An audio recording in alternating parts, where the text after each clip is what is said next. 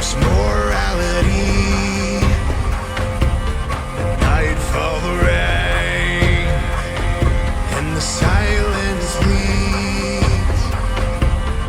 We have come into the night, plundered, rage, and war a night. We have come into the night, plundered, rage, and war a night.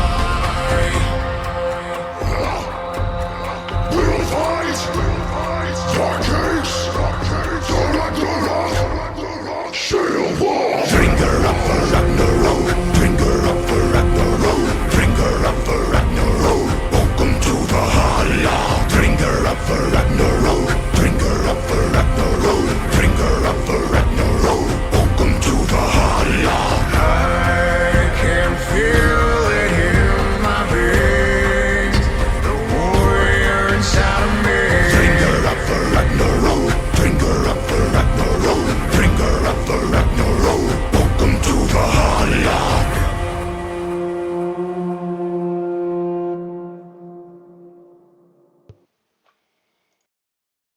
Welcome everyone to Valhalla Esports week number 4. I'm joined by Halfling currently and Malco soon. How you doing, Halfling? Hello, it's going well actually. Pretty excited to watch some more League of Legends, especially after last night. It's always exciting to have these last little Sunday matches and see how these teams have been progressing over the week. For sure. And tonight we have Goat Kings against HYG. And shout out to you for last night, as you mentioned, setting up a scrim with the sub team. Anyone out there on the sub list, hit up Halfling if you're looking to get some games in. Hopefully, get a better chance at ending up on a team. Not quite yet. We're full at the moment, but there are some rumblings amongst the players that we will have spots open up next week. I'll drop a message in that sub chat when that is the case, as well as reaching out to some of the players I have on list already. Fair. But yeah, I have the insider info. I know some changes will happen soon, but we'll focus on tonight's games in the meantime. Here we have Goat Kings versus HYG. Got insert name here, playing the top lane, Doom Vanilla Jungle, Halcyon mid, Goat King Beard ADC, Filthy Birdman support for Goat Kings. And on the HYG side, we've got HYG Bonkers in the top lane, HYG TJ Jungle, HYG Mobra mid lane, HYG Jeffrey Crazy ADC, and Dainty Taco support. How we feeling about this matchup? crazy. They've got 3 people with the name. That's pretty. That's looking pretty clean for some people. Yeah. I mean, I'm in. Will Stoner's Nation ever be streamed? Eventually.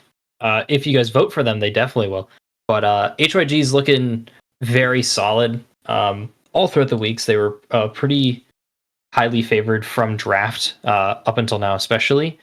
So kind of moving into what I assume is the start of the second rounds of divisional play. I think they're just going to keep stomping, especially kind of with the one of the weaker rosters we have here in Valhalla. I love Goat Kings and all, but there's definitely some kinks that need to be ironed out with their play, and but I think there's definitely ways for them to do that here against HYG. Malco says 2 more minutes. We've got it on lock, Malco. You take all the time you need. I'm sure you'll be here in time for game time. Don't even worry about it. But yeah, I agree. They've needed some kinks worked out. I had it on information from Beard. He said, I found out how to make the team work. So we'll see if that's all true. Ooh. And then on the side of HYG, sitting 2-1 currently. Goat King sitting 1-2. So not too far off as far as the. Wait, what were last week's games? This is week 5. You have week 5 listed. We're in week 4. Oh, did I mistype? Are we? We're in the future, actually. We're in the Oops. Yeah, I haven't been paying attention enough for the weeks. I'm floating on by, but yeah, week 4 here, so Yeah, they are all up to date. Here, I'll switch accounts and I'll be able to do it. Give me 1 sec. But so this is week 4. We've got 3 weeks of play behind our belts. 2-1 for HYG, 1-2 for Goat Kings. But I think those wins from HYG some of them have been on the shakier side. Like I know, off the top of my head, I remember the win versus Demonic Ascension pushed them all the way to game 3, and was a little on the shakier side even in that game 3, but they still came out with a win. Whereas I know Go Kings has had some pretty tragic weeks, but I think that's all behind them at the moment, and I think especially playing around that kind of stronger top side and insert Doom Vanilla and Halcyon, I think they have a chance. And hello, Malco. Correct? Hello, hello, hello. How is everybody doing? Sorry, guys. I'm a little late, but we managed to make it here. What up, homie? You guys can run with it from here. We waited on them to get in the draft, so just let us know how you feel about the matchup overall. Oh, okay. Well, I was listening to a little bit off the Twitch stream before hopping on, and it seems I can agree with Halfling on the sense it seems like for Goat Kings, unfortunately, they did have some very rough losses. I think one of them probably would be the easiest to make an example of is what like the week 1 against DA. And they had that game 3, which was definitely a little bit rough for them. But I think overall, Goat Kings is basically looking to make a big turnaround for themselves. And I feel like this should be a game to watch because HYG also, I believe, is kind of on a small little hump. Like they're not looking exactly to form as they were in the previous season. And so they're trying to, prove to people that they are still like that upper dog team that they were making it to finals. And they're trying to take it all the way back again and hopefully this time be able to secure the championship. For sure. Yeah, they're doing it. Are we close to draft, or do we get to keep talking? You keep talking. When it starts Keep up, talking. I will send us over that way. I got it up, and I'm waiting for it to start off. Yeah, it should be starting shortly. Just asked if we're ready, so I told him yes. So it should be momentarily. Momentarily. I just saw this like Beard just posted updated to week 4. So I'm guessing the website should be fully updated up to week 4 now at this point. No, that was me. I had to sign into the actual account so I could change it from week 5 to week 4 games. I hit 5 instead of 4 when I made the title. The record is correct, but I know some of the rosters are a little behind, which happens. But roster changes I expect to be a little bit behind, especially like with a team that's kind of just like they're trying to reorganize themselves. So yeah, I kind of expect like right now the website for at least team wise not to be completely up to date, but at least like win records and like win in matches updated is probably at least what most people are looking for in the first place.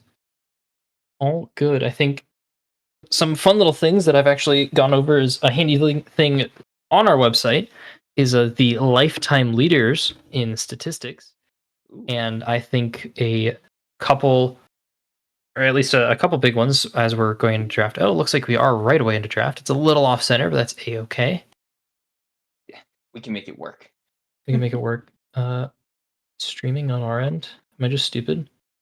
Nope. Oh. All right, so I'm running off the stream. I got you. Yeah, I got you. Perfect. But I can see the Vi, Aurora, and Misfortune band for Goat Kings, and the Varus, Kennen, and Seraphine band for HYG, and they're going into that blue pick. I'm a little rusty. It's been a little while since I was the runner of the stream for the actual games. Oh, listen, man, it's all good. I think that for the side of HYG, I'm saying getting TJ on something extremely strong would probably be the first thing that you want to do. So don't, and since they also took away TJ's Vi as is, I think it would be very smart to just try to at least get TJ on something that can be very engaging. Whether that's like a Mumu, as we've seen, has been very, very strong as of late. Whether it's something, or even like something that TJ plays very well, like in the early game, like early game champions that he's very aggressive on. If you can at least give him something that he's comfortable on and he's able to run the map with, I think HYG will be able to take this win. But it looks like, is everything okay with draft? Oh, no, it's catching up. There we go. There we go. We had to click back into it. Orn okay, here we go. B1 is interesting. Usually you don't really like picking the top lane first, but I'm imagining that means that a Darius isn't really that big of a threat, or Aatrox for HYG, so they're going to be picking up that tank really quickly, and Go Kings responding with Kaisa Cho'Gath. If you're cooking, This Cho'Gath is actually like a three-way flex between top jungle and support. I don't believe it is here. I believe that is a top lane Cho'Gath response, and I do like Lucian here. I'm gonna say this, knowing Beard is oh no, he's not the support. So yeah, Filthy Birdman is support. So that actually, yeah, Yep. never mind. You're right. That wouldn't be that wouldn't if it was Beard as support, I would have been like, yeah, that flex makes way more sense because he's one of those people that to take really unconventional things as support. Like I don't know if anyone's seen it, but he plays Silas support, and it's absolutely insane to watch. So if it was Beard in that bot lane, like for the support role, I would definitely say Cho'Gath possibly could go support. But I agree with you, it's probably the top side. And HYG, as you mentioned, Lucian Leona, if that's not a mid lane Lucian and it's actually Leona Lucian bot, that's going to be a very, very strong bot lane to have to combat against, even with the Braum being picked up here for Goat Kings. Yeah, I would really hope that this Lucian's going to be a flex pick and just trying to like draw bans away or draw like some kind of useless air quote bans towards mid lane because maybe this is still a flex pick hold out. It looks like it's going to work, but Lucian Leona's a little out of date, especially with that Lucian passive. You probably want if you're HYG with Varus banned, you can still be looking at quite a few other 80 carries. I can't remember that. Why can't I remember 80 carries at the top of my head? Come on, me. I think Caitlyn Like, wouldn't be terrible. I was gonna say Caitlyn, maybe Ashe here. Yeah, Ashe wouldn't be bad. Just as like another form of setup. But then we would need a lot of damage in the jungle here. That would then like be a Lilia or Nidalee somehow. In terms of like a solo carry potential or brand from HYG. Otherwise, Lucian Leon isn't like it's still playable. It's just you want those enchanters with Lucian. I was gonna say it's probably what they're gonna end up doing is probably going more the AP carry type for TJ. So and I think the Lily is actually one of the ones he actually plays. And then the brand jungle, I believe he could also pick up as well. So I wouldn't be surprised actually if TJ here ends up picking, like you said, the AP like carry jungler like a Lilia or something, and just allowing for a whole bunch of burst damage to come from that AP side. As we do see in the final round of bans, we do see that the HYG ends up getting rid of Nunu and Victor, while Goat Kings end up banning the Silas and Zyra, which actually is a pretty good flex pick in itself there too. So I feel like they're doing something smart, and then Goat Kings taking away the Lilia from TJ, another very Huge smart read. thing. Huge treat there. You kind of like you reduce a lot of the options for that carry, and now you're forcing him onto brand, which is something that can get countered because it'll be hard to walk up in some cases, but it's not the end of the world. Or Echo if you're like really wanting to play Assassin still, but Nocturne leaves a lot to be desired in terms of AP damage, which means this Lucian is actually bot lane unless we're going an AP carry Like in the bot lane. At this point, I would like to see, honestly, I would say Ziggs Leona bot lane and then put the Lucian in the mid lane. I think that would actually work out a little bit better. Obviously, there might be more better AP options for the bot lane. I just generally feel that Ziggs is a very safe one, but the Ahri being picked here might actually prove to be a little bit more of the AP, at least the AP burst for those squishies that is going to be needed for the side of HYG to be able to make something happen here. So I'm very curious as to what this mid lane pick is going to be from the Goat Kings, as they have a lot of so if you're looking for show. Yeah, if you're looking for like consistency, I think Talia, that's not consistency, but I think like Talia and Lissandra wouldn't have been a bad option here. But instead, we're going to be opting into Aurelia, which is not the worst. I'm pretty sure I've seen that on the world stage before years and years ago, but a lot of self-confidence here from Halcyon on the Aurelia. Unless it's Cho'Gath mid.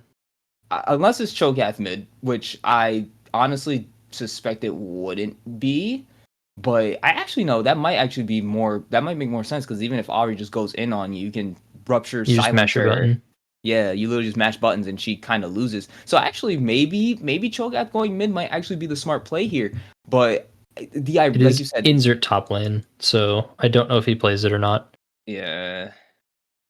I just I'm very concerned on the side of Goat Kings with the primary AP damage coming from basically Lilia, and it's like That's even not in certain, terrible. it's not terrible, but even in certain fights, it might be a little bit more difficult for her to really get in there. So she's Yeah. gonna be. I feel like she's gonna be more dependent on like saying Irelia and Braum to like start something for her, and then to be able to get in there. Kind of, she's more of the follow up engage than she is to be the actual engage herself, unless she can get like a flash AOE sleep or something crazy like that. Yeah, if you're Goat Kings here, also, you don't actually need to be super worried about hard engaging. You've got Braum, you've got Aurelia doesn't do bad, but you got Braum and Cho'Gath who are pretty good as like anti-dive, and HYG's got they've got Nocturne, Ari, Leona, so they're going to be coming to you regardless. They're going to want to pick the fights, and I think if they play committed to counter engage, I think it's very, very possible for Lilia to find that damage that we're thinking she's missing. But if they do go for like dives and skirmishes on their own that just aren't 5v5s, I think it is possible.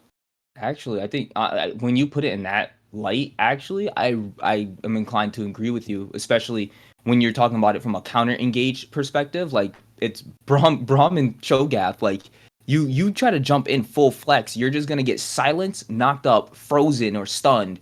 And then again, if you engage into them, if Lily is able to get an AOE sleep, or she can somehow just flank behind the carries as these engaging tanks that have no, or the also the assassin with Nocturne has no real way of getting out. They can only go in. Honestly, when you put it that way, yeah, Go Kings actually have more of an advantage in like that avenue of it, where as long as they play towards the counter engage instead of trying to be the proactive people themselves, or the proactive team themselves, they actually might win this out just from being reactive. I'm shouting out real quick. We got the gamble up for game number 1. Get your points out there for who you think will win this first game. Yep. I gotta figure out where all 417 of mine are gonna go. Um, I You know do what? think. Oh, we have so much time. Well, I don't have time on the gambling, so I'm gonna throw my points onto HYG, and I'll talk about it later as to why. So there's all Okay. 417 of mine. Oofed. Um, but it looks like we're gonna be getting very quickly into the spec delay. After a minute, another 2.5 minutes. Yep, I tried to time it out. I gave about 5 minutes for the predict, so I think it'll time out nicely for when the game actually starts. As long as there's no issues. Potentially might be True. donating to Gotta knock on Halfling. some wood now. Never mind. HYG just had a whole massive amount of skulls just inputted into their bank. 7.6k to 4k, 66% in the bucket of HYG. Wait, my my hedge. No, it's fine. Oh This is like watching your crypto just immediately go down out of nowhere. It's like, no, yes. I just got in early on a fucking parlay and it just dumped from ×5 to ×3. You're like, It's oh, like, no oh one's on shit. this one, and then some millionaire put all his money on Yeah. it so he could make some money off of it. It's It's just like, like, fuck God. me, dude. It's fine. All good. Now I'm the sucker. Now you're the sucker. So going to the speculate, I'm going to kind of quickly talk about why I think HYG's got the advantage here. Outside of like the pilots, I think their comp just has more options. Engage almost always shines higher. Outside of pro play, people like to itch for those engages. You know, we're gonna get to this point like 20, 25 minutes in where Lilia or Aurelia or Kai'Sa is gonna just want to make something happen. They're not gonna be like super content. And the reason why engage comps shine is that we can do that, and it's okay. It's the right thing to do. Aside from like a gold lead, even if you're like 2k down, finding the right engage on a pick will always be correct for an engage comp. So they can skirmish, they can team fight pretty well. Their damage is a little on the lacking side, unless Jeffrey really, really goes off on the Lucian. But I don't think that'll be that much of an issue this game. I think he's got a pretty easy way to deal damage and a lot of peel. Aside from that, Nocturne is always one of my favorite champions to play with in jungle. I was gonna say, I don't want to discount Jeffrey Crazy by any sense either, because even like last season he was a pretty damn good bot laner. So I think that's something, like, just as you said, pilots aside, just the overall composition for HYG just feels as if they have a lot more. And I just want to go back to that counter engage point that you pointed out, because even if you look at HYG's comp, they also have counter engage. Like their comp it's literally like a tree for their comp, where it feels more like Goat King's comp is more of a straight line. And how do I put it? Like there's a tree and then there's a fork in the road. And it's like with Goat Kings, it feels like they can go one of two ways. Where right now I'm looking at HYG's composition and there's multiple ways that they can kind of like navigate a fight, navigate the map, be able to engage, disengage, counter engage, dive, and even counter dives. So like I see that for Goat Kings too, but when you look at the two teams, literally it just feels like HYG just has way more options. Yeah. But on the side of Goat Kings, they've still got like, if they're able to keep their head level and they're able to kind of correctly choose the diving target, because a lot of the problem with dive is there can be this mismatch between the diving targets. Someone like Leona or like Nocturne's going to hit the backline, and there's going to be a period of time where it's just them. If you can burst that target, which they have the options to do, they have Kaisa, which can get a solo Q off. They have Aurelia that just has damage. Same thing with Lilia. It's very, very possible for them to just counter this dive with damage or CC. Yeah, and if Cho, 100%, if Cho gets any amount of advantage, it's going to be so hard for HYG to get through that Cho'Gath. Hooray, But the going stream into didn't break. game didn't break. Sweet. But I am stuck in an ad. Because I don't pay for Twitch. I don't pay for Twitch Prime Sorry. or Amazon Prime. It says the ad break will end in 30 seconds, so it should time up nicely for us. Yep. Nothing too weird in runes. Nope. Everything looking mighty and correct. Let's get that like scoreboard and objective timers up so we're all ready to see what's going on. Huge. So I'm gonna say this. It doesn't look like anything out of the order. I think both these teams are concerned. I think like for this game one, I think both these teams are gonna try to play it kind of standard. Like you're gonna see a lot of gathering up, or actually, okay, so five man Never gathering up on mind. the bot. Yeah, never mind. Invade. Okay. We're doing it. But I do But like this Goat has King. been something that's been happening very often, is these like 5-man invades and just the AD carry dropping the ward and saying, yeah, I just don't want to deal with that. I like how they declared it and they still keep going. Yeah, fuck it. They don't hurt. They're gonna get this ward on this blue buff and hopefully leave. But Or it is don't spotted drop out. the ward at all. Go Kings was it should be on Orin when he leaves in the last second. Nope. Unlucky. No blue side. Oh. I like this. Goat Kings 4 wards dropped in the first minute of the game versus Huge. the that's huge. That's so much information when ward. I mean they only last like a minute anyways, but like it's still huge. Like you literally you guys already get all that information put down. You already see where Ari is. You already see where Ornn is. So you already have a prediction of where TJ is starting. Like there's a lot that's going on. So I'm sure right now HYG is like shit. How much information do they really have on us right now? Yeah. Ooh, knock up from Cho'Gath there. And that's the first hit. First blood, or the first hit of the blood. game goes to Cho'Gath. First blood drawn. I do see that in the chat. Ari did split that though between at like over 3 people, so it's not gonna work. It's gonna be like a quarter of a minion advantage, and this is exactly how this matchup goes at level 1. Yep. Where Ari tries to go in for the all-in and then gets punished because she's a melee champion. And she should, Marbor should end up hitting 2 first. Maybe might be able to get a decent combo. Did not bring the Ignite, but does have the, actually it ends up being Halcyon hitting 2 first. Okay. No, the ward doesn't matter, and Aurelia has push in the lanes because she was charging her passive early. But these junglers starting on opposite sides of the map. Oh, they're doing the thing. No, both junglers did the thing where they hit their Krugs. But only one of them needs to hit their Krug. Actually, no, both of them can hit their Krugs. It's okay. I don't like Krugs for ganking junglers. So if like the plan is for Nocturne to gank top or mid, I don't like doing Krugs because it puts you on this like a little delayed timer here. We can see gank coming knowing into that play here. Halcyon is here, gets the charm, manages to land. Halcyon going in, trying to get the first blood for himself, manages to get it, but gets the tower and an assist for TJ, barely landing that. First blood going over to Halcyon, but nice trade by Marbor and TJ. Yeah, the heads up from Halcyon there, just knowing that there's no point in trying to flash out of there, just trying to go in for the fight and getting it. That first one's going to be super duper useful on him, but never mind, he bought a Repair buff. I was going to say, because couldn't that have been like, that could have been like Merc Treads right there, and then that would have been the whole lane, or Vamp Scepter or something, like anything to help you mitigate and stop and just make this already have a bad time. But Insert, barely, if that knockup landed, that would have been Insert dead right there in a solo dolo going to bonkers. Yeah, I don't know why he didn't go for the knockup, but it's a-okay. He Probably a little barely bit of a missed misclick. it. It was like a bare miss. Like he went, like he skirted the side of it, like he kissed the side of it, and I'm like, damn, that could have been a real big knockup. Yeah, the damage still applies in the knockup area, so imagine he was trying to like, oh, I can get the damage from the application in the knockup, but like, not worth it to try and go for that. You're gonna get the 2 autos off anyway. It's okay though.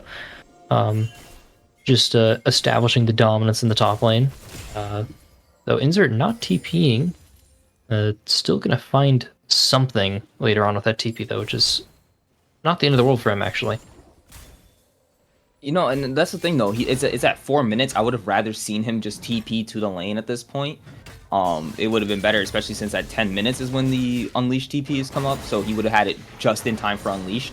But it looks like he's rather taking the time to fight right here. Bonkers though. He tried to nice predict it, but it just went a little too late. Flashes in. Bonkers taking too much heat, and instead is gonna be directed camera going right to the mid lane as we get more of a fight going on down there. Marbra taking some damage from Halcyon. Yeah, just off camera there, Ornn flashed out from Cho'Gath.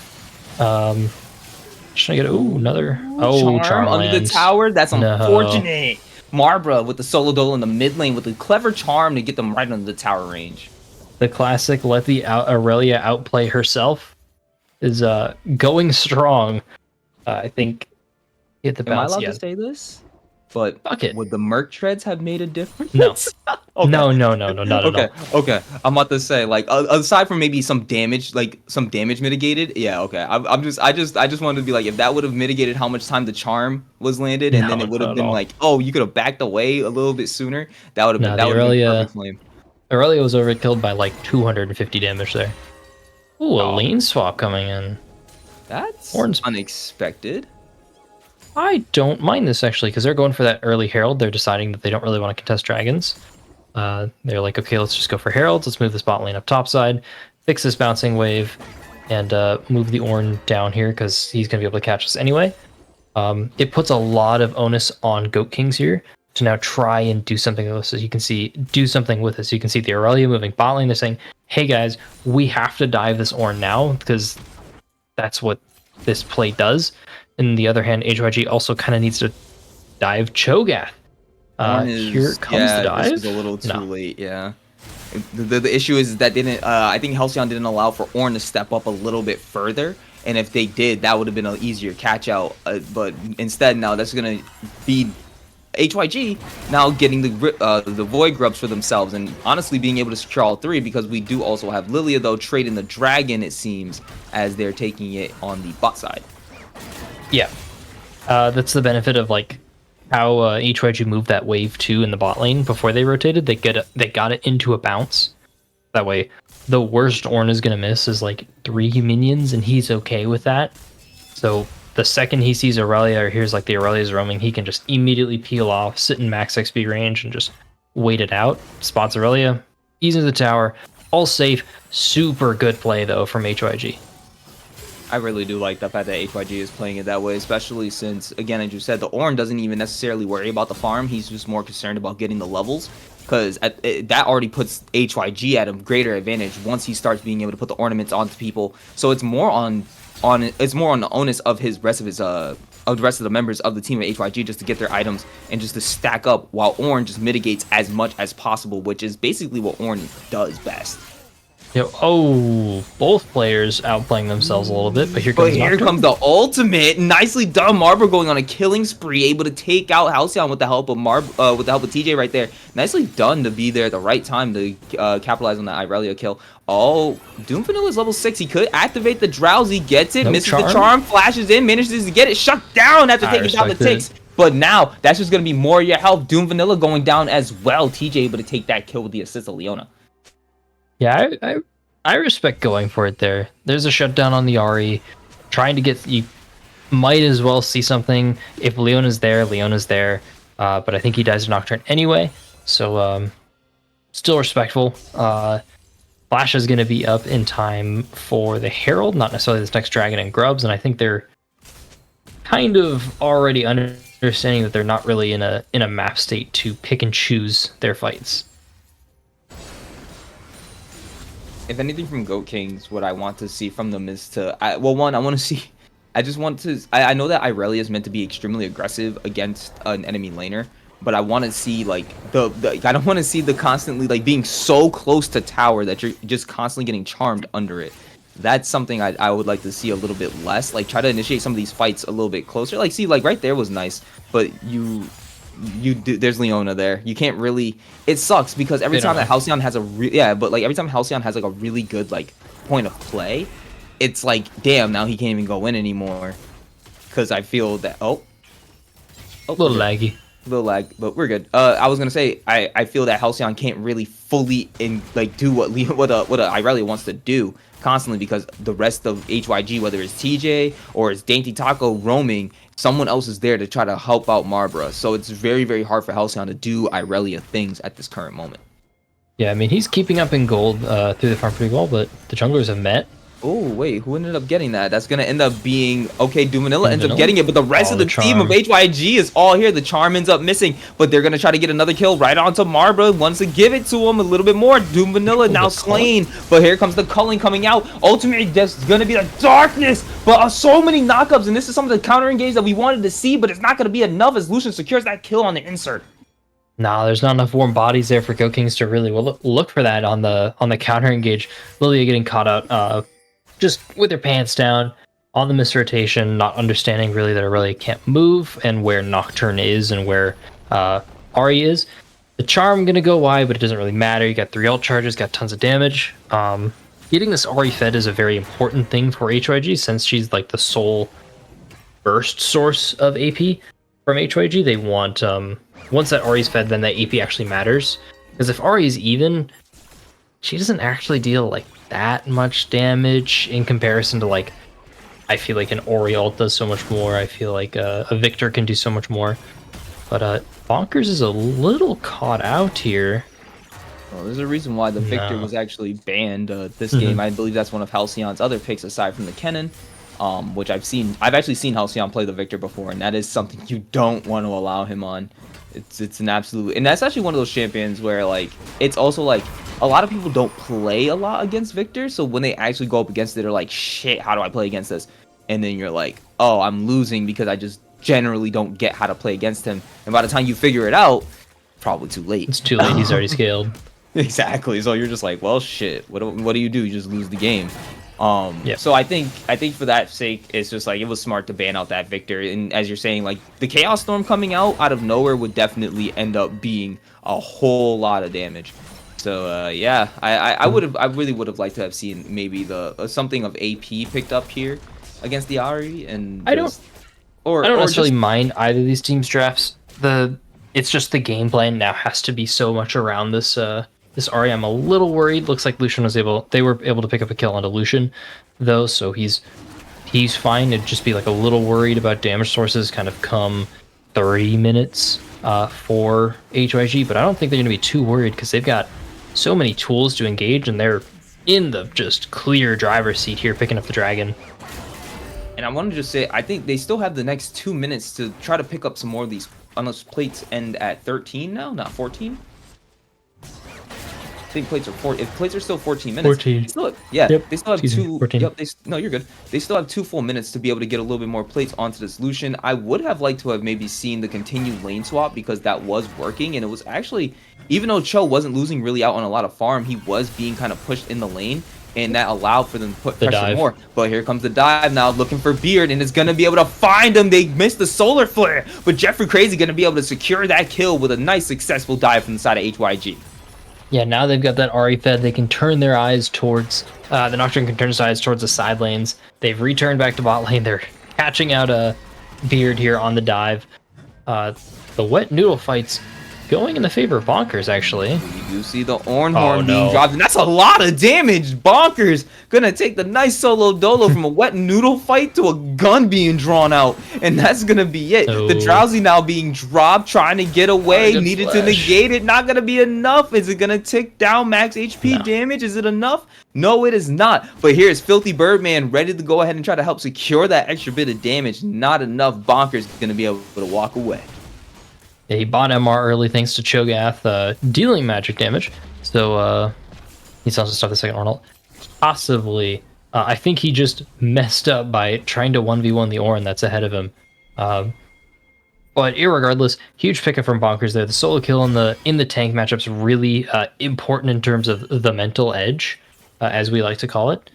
So getting the advantage his team wasn't buying him. He's super up there on farm, competing with Beard and Halcyon in terms of farm totals. So HYG is just absolutely running this early game, regardless of what Goldie they have. They're in the driver's seat. This is the thing though. This is what HYG has always been very good with, and I've noticed this off the back of TJ. It's generally, well, right now it's really, I think, mostly off of Marbra initially kind of just getting the game started and maybe just kind of starting up that energy for them. But when it comes to it, like, HYG has always been a really good early game team. They generally always do very well. They generate themselves usually a 2 to 3k gold lead at 15 minutes, and usually 15 to 20 is when we start to see either something happen that they falter or something happen in the sense of, like oh, hold on, Nocturnal, go in, Solar Flare lands right onto the carry, not going to be enough. Doom Vanilla going down, Jeffrey Crazy on a killing spree, and they're continuing the chase. They're looking for Halcyon. The stun was ready, but couldn't get into auto range. Nicely done though to be able to secure that kill onto the jungler. Why is no one picking up the eye? Wait, did Doom Vanilla get it and then they just denied it? So we just didn't pick up Rift Herald. I guess we just didn't pick up Rift Herald. We'll have to ask about that. Or Doom Vanilla still died. I actually wasn't paying attention. Just for like the 1 second I stopped paying attention. Let's see. Nope, they just forgot to pick up the eye. We get to make fun of them though.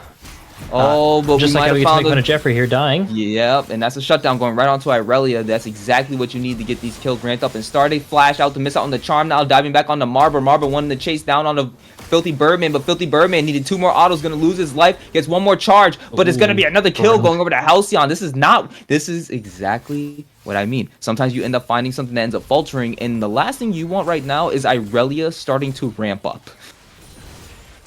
Ramp up, she just got 700 gold.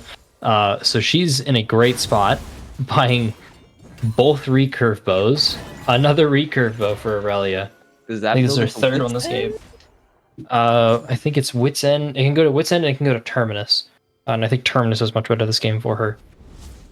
So she's going to get super tanky once that item's finished. But this Mountain Dragon's still favoring HYG. Doom Vanilla looking to still fight it out. His team is there. Just Dainty Taco might actually be caught out. I don't think he realizes that he's trying to bait. But then again, here comes the Nocturne Ultimate. The defensive one. Used. Yeah, they don't know where he is, so they just decide to back it off. Even though Nocturne was actually there and he could have engaged. I like the fact that TJ decided to be like, nope, we can win this just by me pressing R. I like that. So it's just a defensive one to get his support out of there, because Taco just not understanding and respecting the position of the enemy bot lane here. Now Halcyon just absolutely demolishes this. Yep, see, this is what I mean. Oh my lord.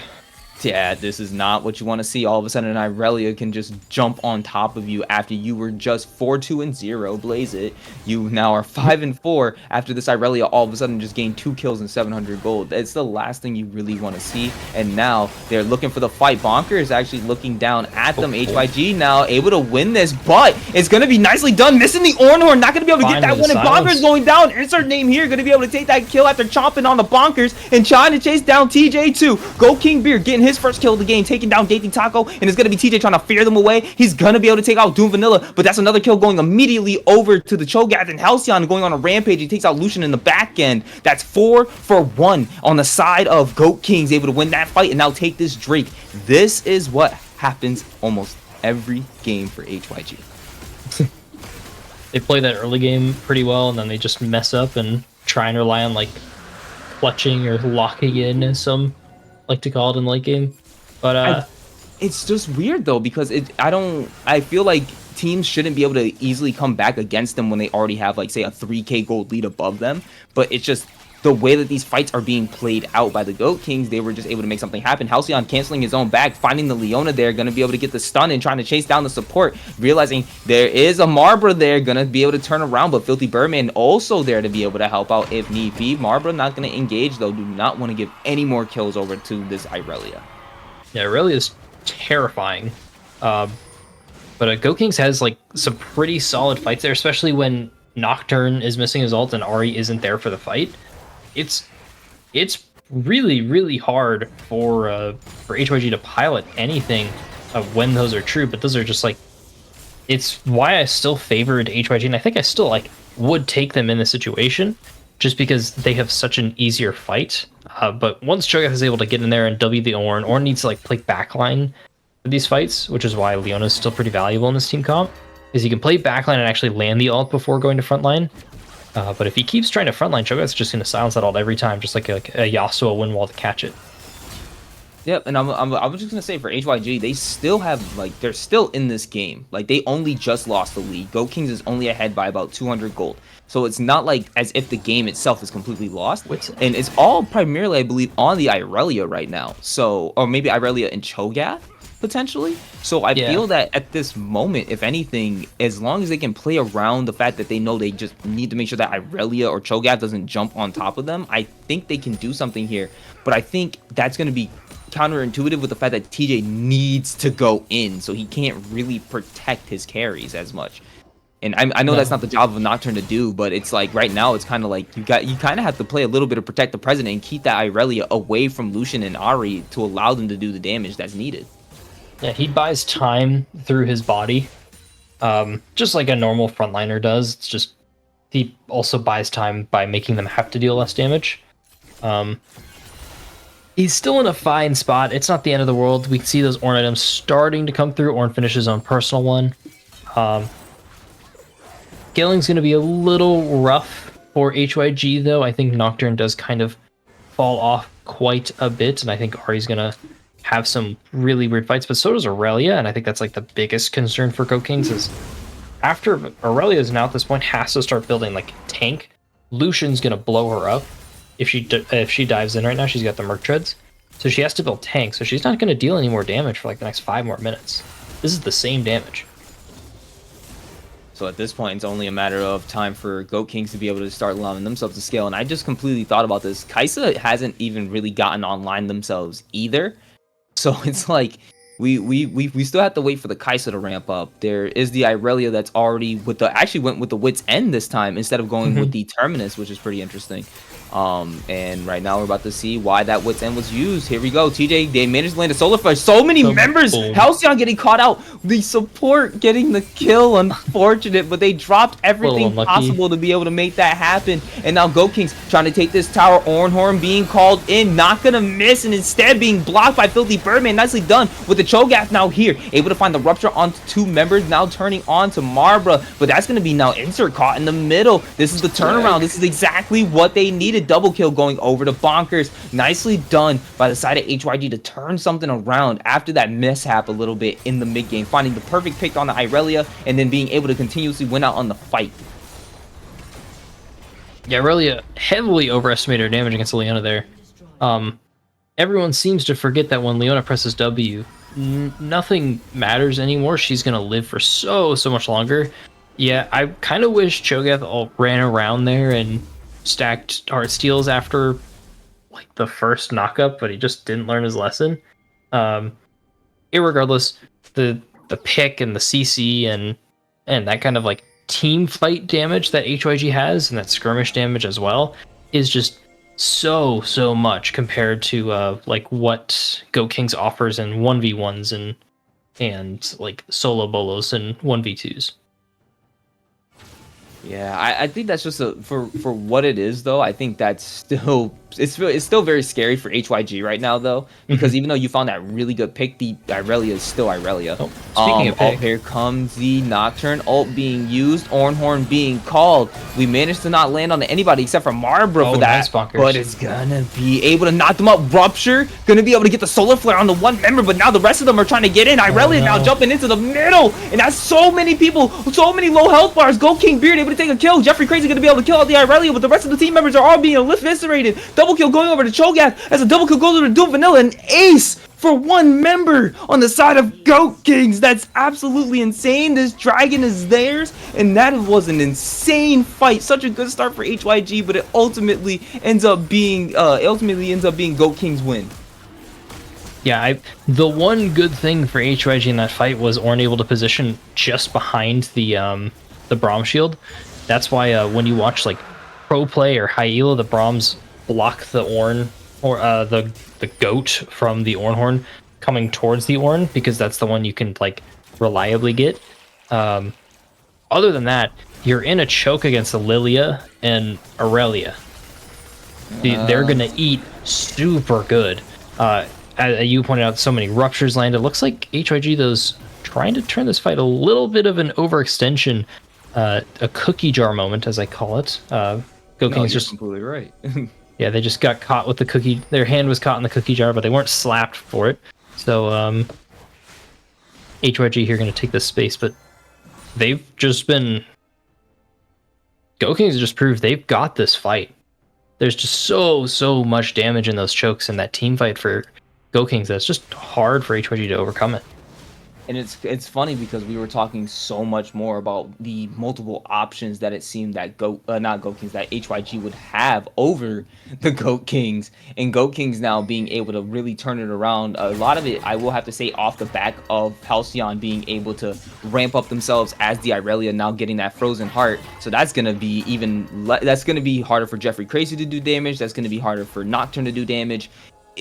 This is already starting to like it's starting to rear its ugly head for the side of HYG right now, and it feels kind of scary because it doesn't even feel as if the carries for HYG right now are getting better, but it feels like we're noticing that Goat Kings is doing more and more damage.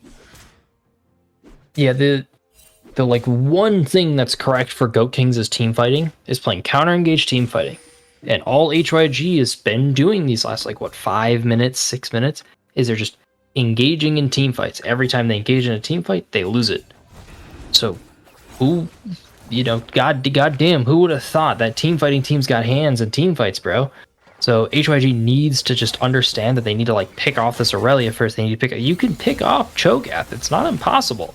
So, but they need to do that before the objective or before these fights. Otherwise, we're going to see that repeat even worse here in a couple minutes with Soul coming up. I'm wondering, though, who's going to be the one to really help them burst down the Cho'Gath, because it's like, right now, the way the Cho'Gath is looking as we're starting to just see him beat down on the Ornn, it's looking like it's going to be pretty difficult to even do that. And right now, you're seeing he's building the Thorn Mail, he has a Sunfire Cape, the Heartsteel stacks is really starting to get big.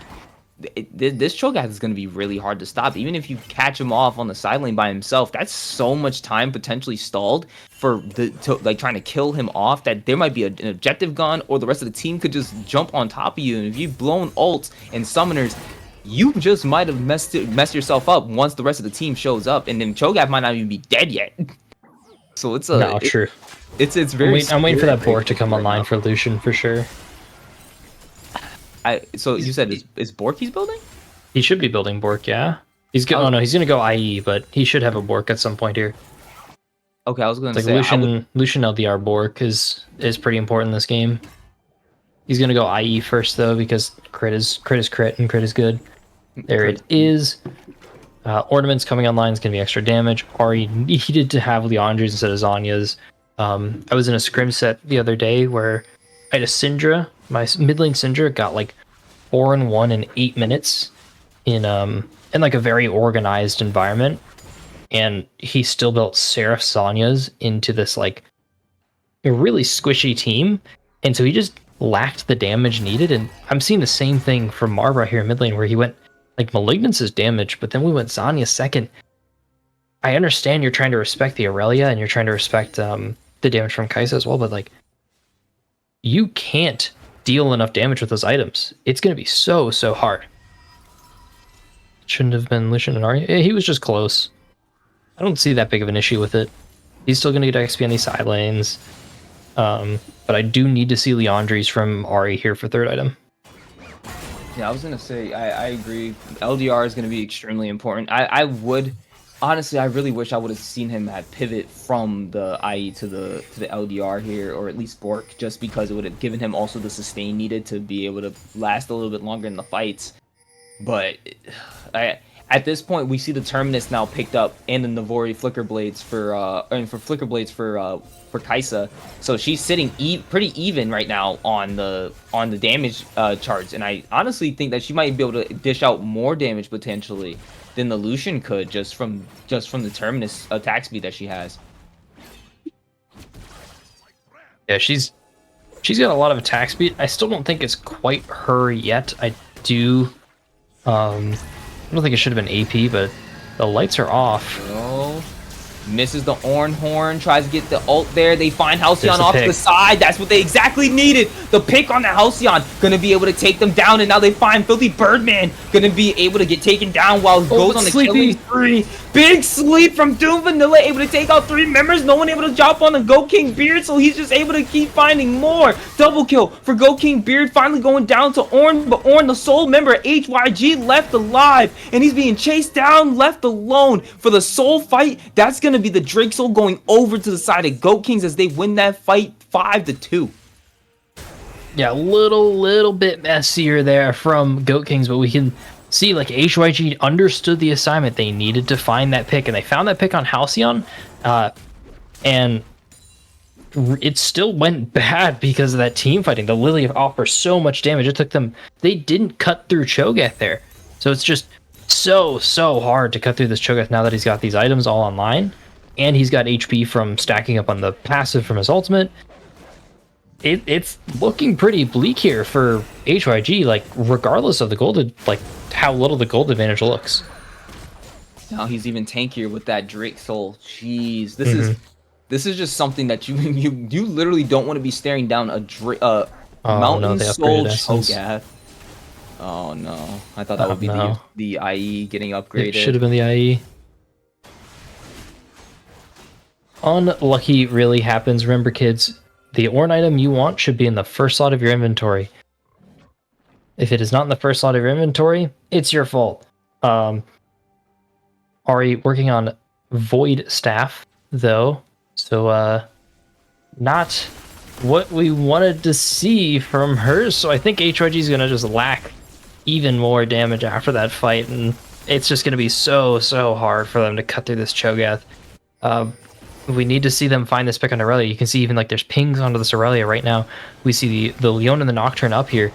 Like they needed to pull that trigger. Fuck the blue buff, bro. Kill this Aurelia. She's overextended. It's too late now. That was completely free, and you just allowed it to just. Yeah, they just like they're like waiting now. It's like, dude, did they not see that they were spotted on Scryers? Earth to the engagers. Oh, they're gonna do it anyway. Yeah. They're gonna try. I feel like Halcyon but look, TJ might be like there to some degree. Yeah, he's got it. Well, they were spotted on Scryers. Right. So it's like he knows that he's probably waiting, and yeah. he's like, yeah, you saw the Brahma and Lilia were hanging around there. They're waiting for that. They're itching for the fight now. But like 20 seconds earlier, where the Aurelia was just kind of sitting right where she is now, and no one else from her team was even past the Baron. That was it. That was the fight. They kind of missed their pick there, and now this it's going to be a true and honest team fight here around Baron. Right now, it's not what they want. So sad. My points. No. 5K, and we're sitting at about 5K gold up. That's going to be kind of hard to come back from at 30 minutes, especially when item-wise, I think they are a little bit behind, and as you said, not exactly optimal Orn items. So yeah, and I would hope that Ari starts swapping their items around too to make sure that they get the proper Orn item for themselves. But yeah, look, like that doesn't even, you don't even see him take any turret damage at all. It's just like, no, he doesn't care. Turrets are a non-factor at this point for him. It's like facing a fucking 7 right now, man. 7's pressed the goddamn ult. He's ulting you from halfway across the map. Deadlock reference. Please play the game. It's so fun. Oh, TP. They're committing to this Baron now. Yeah, they want to start this issue. So this This mean, Baron is a fight excuse right now. They do not really care about getting it unless it's free. They're going to wait for this Nocturne to go in. Yeah, they burn it so fast, though. 7.5. TJ's looking for it, but I don't Gotta think he has any outsmite vision Cho'Gath. on anybody to be able to grab it. Red team's going to be able to slay the Baron, but they're shredding down Goat King Beard on the backline. Dainty Taco trying to find something, not going to be able to do he's on anything, but Twitch. that's going to be a double kill going over to Cho'Gath as they're able to take out Jeffrey. anymore. Jeffrey Crazy trying to get away, but not going to be able to do so. Goat King Beard going to be able to take out Bonkers as Doom Vanilla take out Jeffrey Crazy off on the backline. That's going to be 4 members. Marbra just running for his life as HYG gets absolutely shredded, loses the Baron, and now this is going to be going down the mid lane and trying to take down even more. Yeah, they wanted a fight excuse there for the Baron, but HYG was so slow to respond because they know what was going to happen. You're trying to outsmite a Cho'Gath. You're trying to outsmite normal smite and Cho'Gath. So it's so hard, and Goat King Beard is just... Or not Goat King Beard. Goat King... is it Goat Kings? Goat Kings, but It's just Goat Kings. I said Beard. Beard kited really well in the backline there, but Goat Kings are taking game 1 off HYG, completely just blasting the casters out of the water. And HYG. like honestly, jeez, man. They just killed me with this one because I was not expecting, like, there was avenues where I was like, HYG, you guys got it. You guys can do this, like, but man, prediction results is going to Goat Kings, guys. It's a crazy one. It's a crazy one. I was not expecting that at all. The Sunfire putting in a ton of work there from Cho'Gath. Good damage for all the carries. Even though like Kai'Sa's damage looks a little low, it happens. She takes a while to get online with that build. AD Kai'Sa's a little on the weaker side. And we can see Jeffrey or HYG, just with like callings and hitting that front line, but there's not enough damage on that team to get through the Cho'Gath that was just left untouched, and no Blade of the Rune King, no Leandries, no anything to really deal with him. So there's just no hope come 20-25 minutes, and what do you know, 20-25 minutes comes around, they team fight and they can't make it through Cho'Gath. I hate calling it out every time, but it's just something that's been a very clear normal thing for HYG, where they look good, so damn good in that early game. Like you can't tell me like it like honestly, like we were looking at the early game and being like, yeah, they keep playing like this, it's good for them. But then, you know, Halcyon started finding some picks on the Irelia. He got those 2 kills where he got the 700. I think he got one of them was a shutdown, and then it was like 700 a 40 total shutdown. of a double kill. And it was just disgusting because all of a sudden we then see this Irelia out of nowhere being a force that nobody wanted to fight. And I think that might have been a little bit too of a mental game for HYG that they were dealing with, where it's like, okay, now we're literally staring down the barrel of a giant Cho'Gath and a freaking like Irelia that doesn't look fed, but is fed. So it's like, even though her stat line doesn't show her as fed, her like gold would say otherwise. So it was just like, yeah, we couldn't. Like, that's when I realized that they were starting to lose the avenues of like their win conditions were starting to narrow significantly as we were starting to barrel into that 25-minute range of the game. And it was just like, okay, this is when the ornaments should start coming in. They still are kind of in this game. It's, you know, they might have lost a little bit of the lead, but it's only like 200, 300 gold. Even if they fall behind 1,000 gold, they should still have some capability of coming back into this. And it just unfortunately continued to tumble downhill. Yeah, unlucky for HYG, but Goat Kings going up 1-0 in the series, huge for them. They're going to be able to take a ton of momentum, especially if they draft like a very similar comp come around. Because I didn't even know, like, you don't really want to burn like a ban on Cho'Gath if you're HYG. You don't want to burn you can maybe burn a ban on Aurelia if that's what you think the issue was. But I think it was more just like they outplayed themselves and they didn't do enough when they had their advantage. They didn't do enough around level 6, like Spike on Nocturne. They didn't do enough before like 15, 18 minutes. Because they did, like you talked about, they're like, yeah, after they get to like 15 minutes or so, they do a ton and they get this advantage. And right after they did something, and there was nothing until that Dragonflight where they just got absolutely decimated. So I want to see them like more adapt in terms of gameplay rather than champ picks. I just want to see and a build. Yeah, like, oh well, yeah. Don't lose the shopkeeper, please. Like, if you know that do you not need buy armor no HP burn to Cho'Gath. You need armor Please. shred. You need HP burn. That's something that I hope HYG is like saying in the background. Like, guys, we cannot lose to Shopkeeper again. And that's an unfortunate thing that happened. Is that itemization could have potentially made the game so much harder for Goat Kings. I see you, But- Hailstrom, on the having to use your arrow keys, moving it at a pixel at a time. Yeah, I don't know looks why so it's not letting painful. me drag it, but this works. It's not letting you drag it.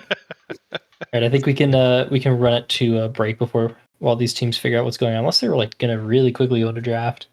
Yeah, I think we can do a quick pause. I think some people are AFK currently. Perfect. breaks.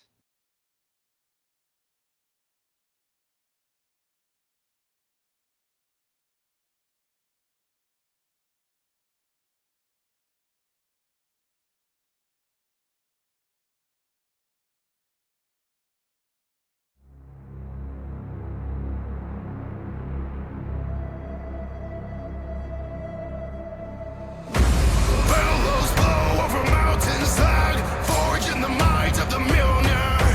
Fanning flames of the powerful, dwarven hammer rains our song. No, no. No, no. No, no. No, no.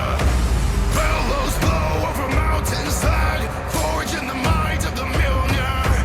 Fanning flames of the powerful, dwarven hammer rains our song.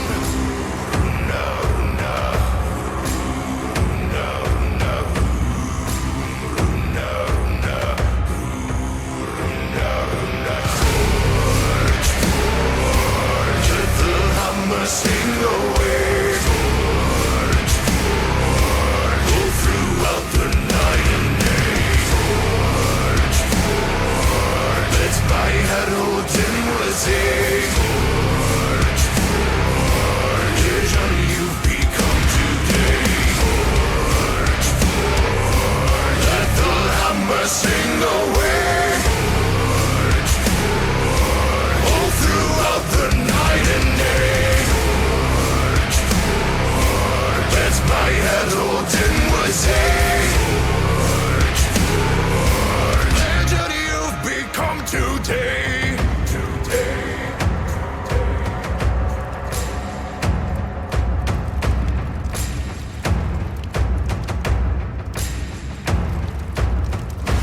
Billows blow over mountainside, forging the might of the Mjolnir. Fanning flames of the powerful, dwarven hammer rains our song.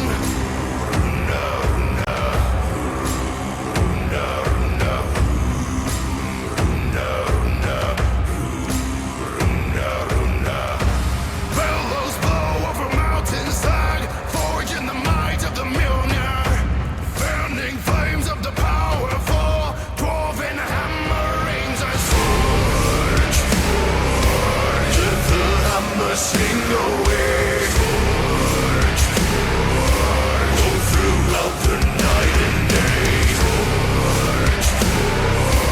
Let my herald inwards aid.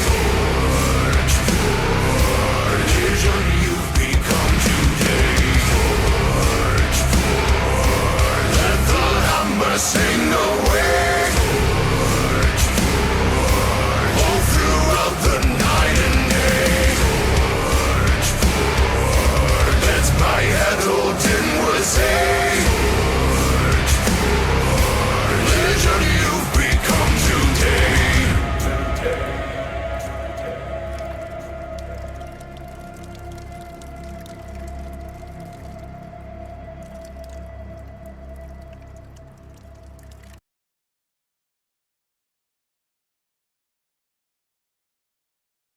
All right, we are back and should be getting into this draft shortly. Let's go. Let's go. I'm ready. So, real quick, I just want to ask, like, chat, if you guys want to say, what do you give HYG some advice, chat? If you guys were in HYG shoes after watching that first game, what would you guys think to do? What would you guys change? What do you guys think that nothing needs to be changed? Because personally, I think the comp wasn't the issue. No. I mean, I don't. I said it before we went to break, and I'll say it again. There was not a whole lot they can change other than itemization and being more active in the early game. And if they're going to continue to like not do that, then they like if they don't want to do anything, then you need to pick a scale like proper scaling stuff. You need a scaling ADC and mid laner, or at least ADC and one that's going to build something of HP damage. But if they don't want to do that, they need to get active badly. Here we are into draft for game number 2. And with the game 2 draft, we're already seeing some bans here as the Vi and the MF are banned on the side of Goat Kings, while HYG is banning the Varus and the Kennen. To be expected that they're still targeting Beard and Halcyon here. I'm hoping that this third ban will probably be that Irelia, even though maybe they're calling out Goat King's bluff and that they won't pick it again.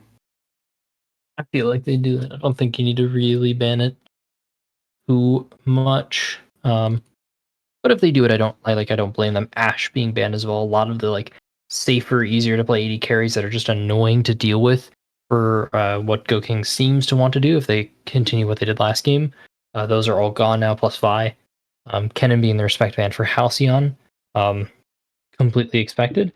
Here, I would honestly get rid of I wouldn't get rid of Cho'Gath Seraphine though. Uh-oh. That's not good. That champion's kind of good. Kind of good? And kind of hard to counter. Yeah, just kind of good. Kind of good? Just kind of good. Is really, really hard to counter and deal with. If she gets any sort of advantage, she's going to blow you up. Her ult does way, way too much damage and is way, way too useful. For anyone that used to play Vainglory, it's just a better version of Arden ult. Stop. I haven't thought about that game in God knows how many years. It's just a better version of the fucking Rage Cage that he used to have. And it does more damage. So, God, I hate seeing that. I love that champion. I hate playing against it, though. Akali and Lily, though, picked up from HYG. Much similar to what they're doing. It's still skirmishing. It's still like, it's not true team fights. It's still fighting, just not 5v5. I do like the fact that they're putting they're putting TJ on something very comfortable with the Lilia, which is nice. And I believe Marbra actually is very, like, he likes assassins. I think Marbra's also, wait, wait, Marbra. You're Silas, bro. A champion that I'm not sure how strong it is right now, but Silas is a champion that I've consistently known Marbra for playing and has been really good on. I'm actually surprised. And with the ultimates that are kind of here at the current moment, I'm actually surprised that you wouldn't want to pick it up. The Hecarim ultimate could be very useful. Aurora's ultimate is a damn good one. And I feel like Silas can actually make really good use of that. I'm surprised that the Silas is not being picked up here. It is not necessarily a blindable. It's definitely a second round pick for Red Side, so I don't necessarily blame them for not picking it up. I think Akali is a lot more blindable, but I wished to have seen an AD carry from HYG at least. So now we're going into second round, and Go Kings has to ban more AD carries, which might force HYG into something like a Smolder here. I wouldn't be surprised to see something like that, or Ezreal maybe. Something on the more long range side, because you've got so much dive with Lilia, Akali, and Maokai. So just safety. HYG opting to ban out the Irelia. And I was just saying this just for the sake of like comfort, and honestly it's just weird how compositions work out. But I guess you're right, because then they can honestly see how Goat Kings round out the rest of them, and they can possibly save their mid pick for R5 due to the fact that Akali literally can be flexed. So I think like actually having that, good job banning out the Ezreal there, banning out the Cho'Gath so they don't have that same top lane carry as last time, the top lane tank carry. And then I think you're right. If they ban something like, what else could they Smolder. actually? Yeah, Smolder would be the smart ban here, because then it will get rid of reliable scaling. Put them on something like Jinx, where you have to kind of do something. Smolder can just run up, press Q, and run away. Like Jinx kind of has to put herself in a little more threat without escape. There's another safe AD carry in Jhin there. So okay, all of the safe stuff is now gone. So probably looking at a Smolder pick here for HYG. I think they should be comfortable picking their 80 carry at this point and just saving the final pick for mid or top, depending on what that Akali is going. And the Caitlyn, that was one that I was kind of hoping that wouldn't be picked, but maybe it's just like a comfort thing for Jeffrey Crazy to be able to go at this point, considering. Yeah, Kai'Sa's low range, so it's not terrible. I want to see Goat Kings here. I want to see the support be something that can just kind of like. I mean, if Filthy Birdman wants to stick with the Braum, I think that still works here. Actually, the Braum works great here. I actually think I want to see them still pick. Okay, never mind. The Milio's getting picked up. I think I actually would have wanted to still seen the Braum here, just from the fact that it can really body block heavy for Kai'Sa and be like against the ultimate from Maokai, being able to block out maybe the Lilia ball or the ultimate from Caitlyn. There was a few things I think that could have been useful, but they decided to go with the Milio instead, which kind of helps to counteract some of that range issue that Kai'Sa would have against the Caitlyn, and then going more carry topside as Mordekaiser is being put on insert. Yeah, I love Mord. Mord's a really, really good blind in case like you have this like weird three-way like flex between support, mid, and top right now because Akali and Maokai and like that open pick can be moved around very creatively. The Maokai can be support jungle, Akali could be mid top, and you just have this like good dynamic. And Mordekaiser fills up kind of the hole that Go Kings needs, where they need AP, they need a little more AP damage, and they need some tank. And Volibear confirms the Maokai support, but I actually don't really like that matchup into Mord personally. I think like Renekton would have been a lot better for HYG here. Oh man, for me, I'm very the HYG comp. I'm a little bit skeptical on a little bit more in that sense of just like I don't know how much easier that's going to be to execute. Like this is definitely a much more of a toss up for HYG here. I feel like maybe they're all in a bunch of like comfort champions for the most part, at least as comfortable as they can be. And I rather at that point is like go for comp or go for comfort over comp. I think is kind of what they're doing at the moment, because I can't really give you a like exact like avenue of what is the plan for HYG here. Like what exactly are they trying to do? Because like with Goat Kings, I can at least say like with Emilio, that's to help mitigate some of the Caitlyn poke and all that stuff, and to help with the outrange issue. It's just like I'm not sure exactly what the plan is with HYG's composition here, and I'm hoping that maybe I could figure it out as they start to play the game and see kind of what they're unfolding. But right now it's a little bit unclear. Yeah, Goat Kings is this like really good 1-3-1 here with the Mordekaiser and Aurora on the side lanes. And just having like the Kai'Sa, Milio, Hecarim push mid and then move around and do whatever they want, either move to a side lane, get vision, or catch someone out in the jungle in a loaded skirmish where like it's 3v1, 3v2. And even 3v3s are sort of in their favor. But I would like after 20 minutes I'd support HYG more, but just because the CC becomes so valuable. And the Kai'Sa not being able to auto and the Caitlyn like auto is just hurting so much more. But HYG's kind of going for more of a 4-1 though. Like Akali can side lane, but side laning into Aurora is going to be so hard. Whereas Volibear doesn't have as much of an issue, but in the meantime, the gamble is up, and I'm going to be throwing my 260 points onto Goat Kings here. Just because I like can find what they're doing so much quicker compared to like what HYG is doing. I think this is very much like a comfort / like hand check from HYG here.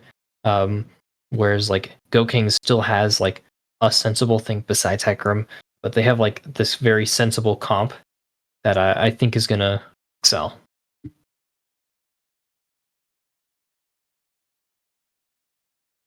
Honestly, it's a difficult vote, but yeah, I think it would probably, I think more people are going to be inclined to vote towards the Goat King side right now with this particular comp that they have. As you said, it's much easier to find what Goat Kings wants to do versus what HYG wants to do. But that's the thing, though. It could be the reverse role as the last game, because I said the same thing kind of about like HYG, where it was like, oh, we know what their comp wants to do, and they have the more avenues and options. But then ultimately, it ended up being the one avenue or the one or two avenues that Goat Kings had, they utilized that to their fullest potential and was able to win the game out. And they kind of still have the same kind of avenue here, but they do have, again, like you said, that really good 1-3-1 composition that's going to be really, really hard to get around because, I'm sorry, Aurora and Mordekaiser are going to have an easy time split pushing, and Aurora can literally be anywhere on the map in like 2.5 seconds. So Yeah. it's And then already on hard top of for that, them. the same thing happened here as happened the last time I casted, where no one can really itemize, especially this time around, no one can itemize MR very well. If Voli's building MR, he's not winning lane because he's just not going to have the damage to cut through Mordekaiser because of Mordekaiser's E passive. And Akali can't build MR, Lilia can't build MR, Caitlyn sure as fuck can't build MR. Nope. Maokai's going to have MR, sort of, but who cares what he thinks? He's playing support. So, like, this is such a just hard angle for HYG. They need to find an advantage, and it needs to be pretty much through their hands.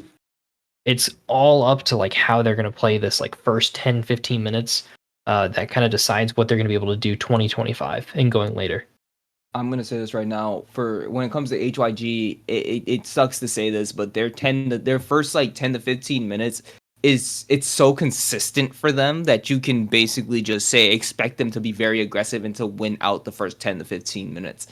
It's just how much of that 10 to 15 minutes of them winning can you mitigate and then come back on after maybe finding a good pick or something. I just want to see them be able to transition it into that 2025 time where, because usually that 15 to 20 minutes is usually some weird like dead zone time where people are attempting to find picks, they're farming out and they're waiting for the next really big objective fight before the Baron comes up.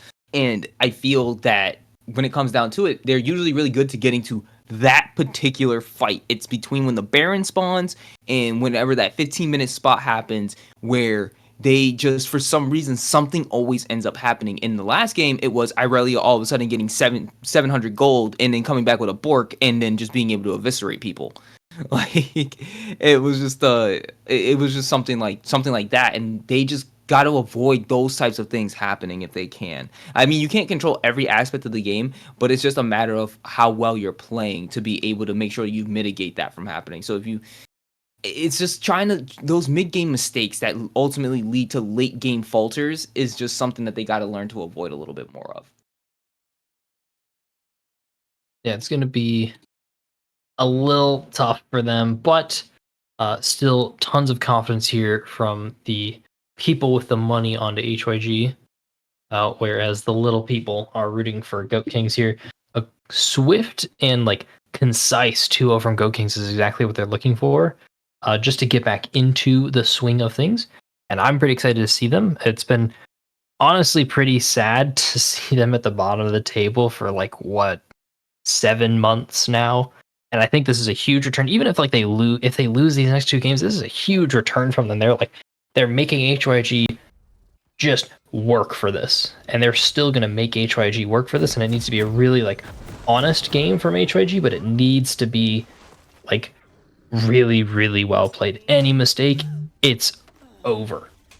I honestly appreciate you having the faith in HYG to be able to still take this game and to still push it. And also to find, like you said, if Go Kings, even if they lose the series here, it is still taking HYG to 3 games. It is still a massive, it's still like a massive chip to the HYG armor that they had to go against Go Kings and was still pushed to 3 games.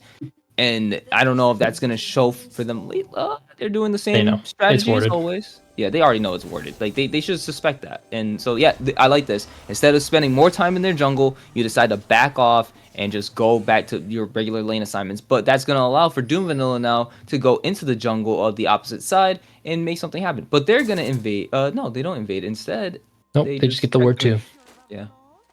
This is why those like backouts are pretty weird, because now they've got nothing and their topside's worded. I imagine TJ and Bonkers know that like topside's worded, is why he's starting bot side here, but they're still gonna know, so it doesn't matter.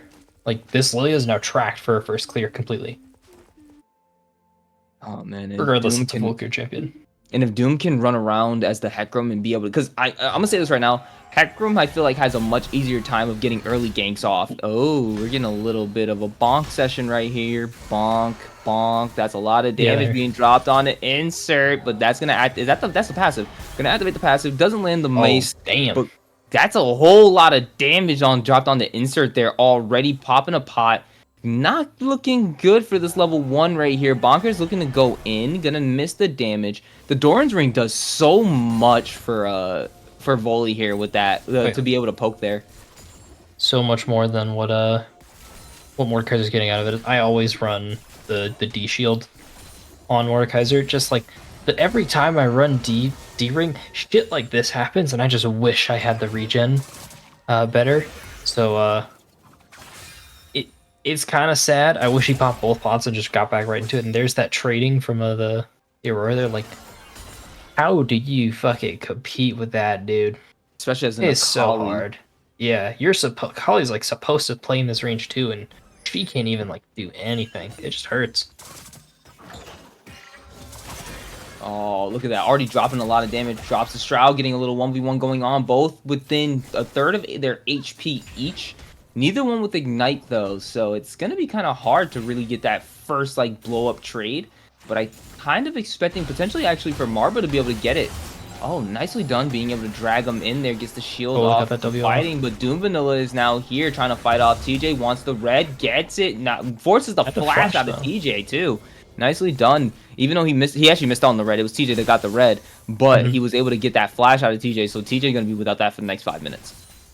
Yeah, it's a pretty important like early gank tool from Lilius. So pretty much stops like all of her cheese ganks and like more of her instant engages that she could have. So TJ is now down for the count to level 6 for really anything realistic, but Akali lands it, manages to get the Shroud, goes invisible. She's trying to get some more damage down. Halcyon, though, really able to avoid all of the damage with just that one little click of a button. Doom Vanilla now here, finding TJ, trying to force him out of the jungle. He got it. Oh, he got it. And that's going to be Halcyon now here to help with the engage. Not going to be able to get anything else off of that.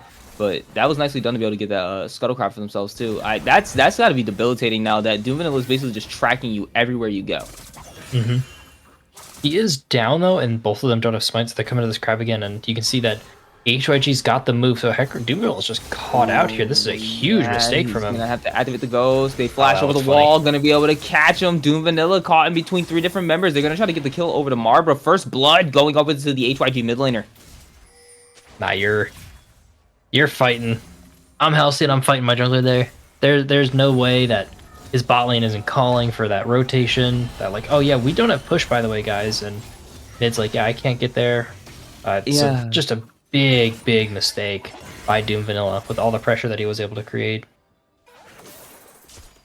Alrighty, able to grab onto it, but Marbra's smart. Yeah, it doesn't have anything else in under tower. Aurora's safe. Still ahead in farm though, but losing that first blood kill, I feel like Akali's feeling pretty good about that one. Yeah, she's happy. Doom Vanilla though wanting to get some of the revenge. Not gonna be able to get the charge though. Nicely done to get the stun off by Bonkers disengaging that gank.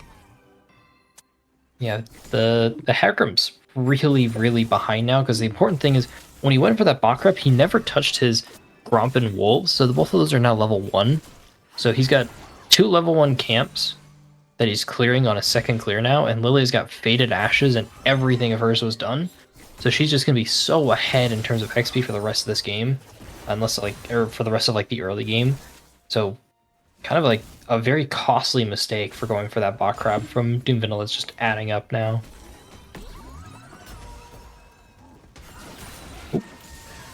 Lily is ganking top lane here. Interesting. Gonna get spotted up. Wait a minute. Trying to get the fight off. Does he have the shield? He doesn't have it. Insert gonna be able to get the solo dolo. Does have the flash to try to get away from Lilia. Lilia trying to jump in, getting under the tower. Doom Vanilla now here. No flash from Lilia. Lilia's getting the sad emote dropped. TJ gonna have to keep walking away. Able to get so. If you had red buff there, that would have probably helped. But unfortunately, TJ does not lose his life. But it is gonna be Bonkers losing his. Yeah, Inzer with the solo dolo there before he even had the Brazil. He had Death Realm, so huge plays from him they're both these top laners picking up the exact same items essentially. So lane not changing quite too much, but Lily is still like a step ahead. And you can see here the Volibear had Prio, so the Hecarim might get caught out here, but could be something interesting. Insert's actually here, and I'm sure he's looking for somebody. I wouldn't be surprised if he's looking for grabbed the TJ here to Lily, bring him to Brazil. Yep, that's exactly the target that he wants to be able to get. Gonna be able to take out that damage to Insert name here. Gonna be able to take out HYG TJ. Now, Doom Vanilla able to chase down Bonkers. Bonkers able to get the stun on only one target, gets the shield. Double kill going over to the Mordekaiser. 3-0 already. Mordekaiser looking damn good, and that's gonna be rough to try to fight against later on. Yeah, the raid boss Mordekaiser seems very inevitable in a lot of our game and a lot of these games around the league. So as I can be sure, yeah. Thank you for that, Mr. Hailstrom. Yeah, make sure to subscribe to avoid the ads. We're snoozing them for now, but 30 days of guaranteed love from most people here on the cast, and as well as supporting the community that you guys are all a part of. And irregardless, though, huge advantage there for Insert. The raid boss Mordekaiser that we seem to be pretty accustomed to around the Valhalla League is back and better than ever. But we do need to see him like move around the map. Yeah, he's running that Rylai's first every day of the week. Oh boy, this is gonna be fun.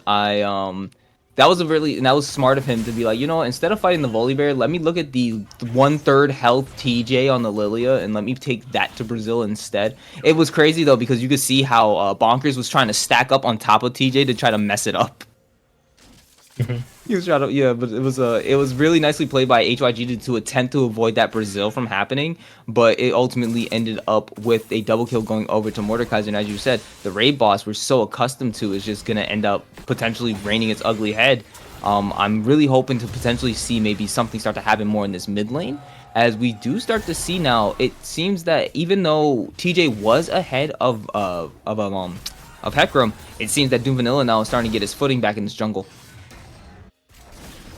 Yeah, a little the misgank kind of staying topside for so long. Lilia likes to shine in clearing, especially when she has those advantages there, but he skipped a ton of time in that bot side, never actually going there for the second clear, so never fully using the advantage of like the stronger buy that she had, and never really using the camp advantage and the XP advantage she would have gotten. So Hecarim's well and away back here in the game.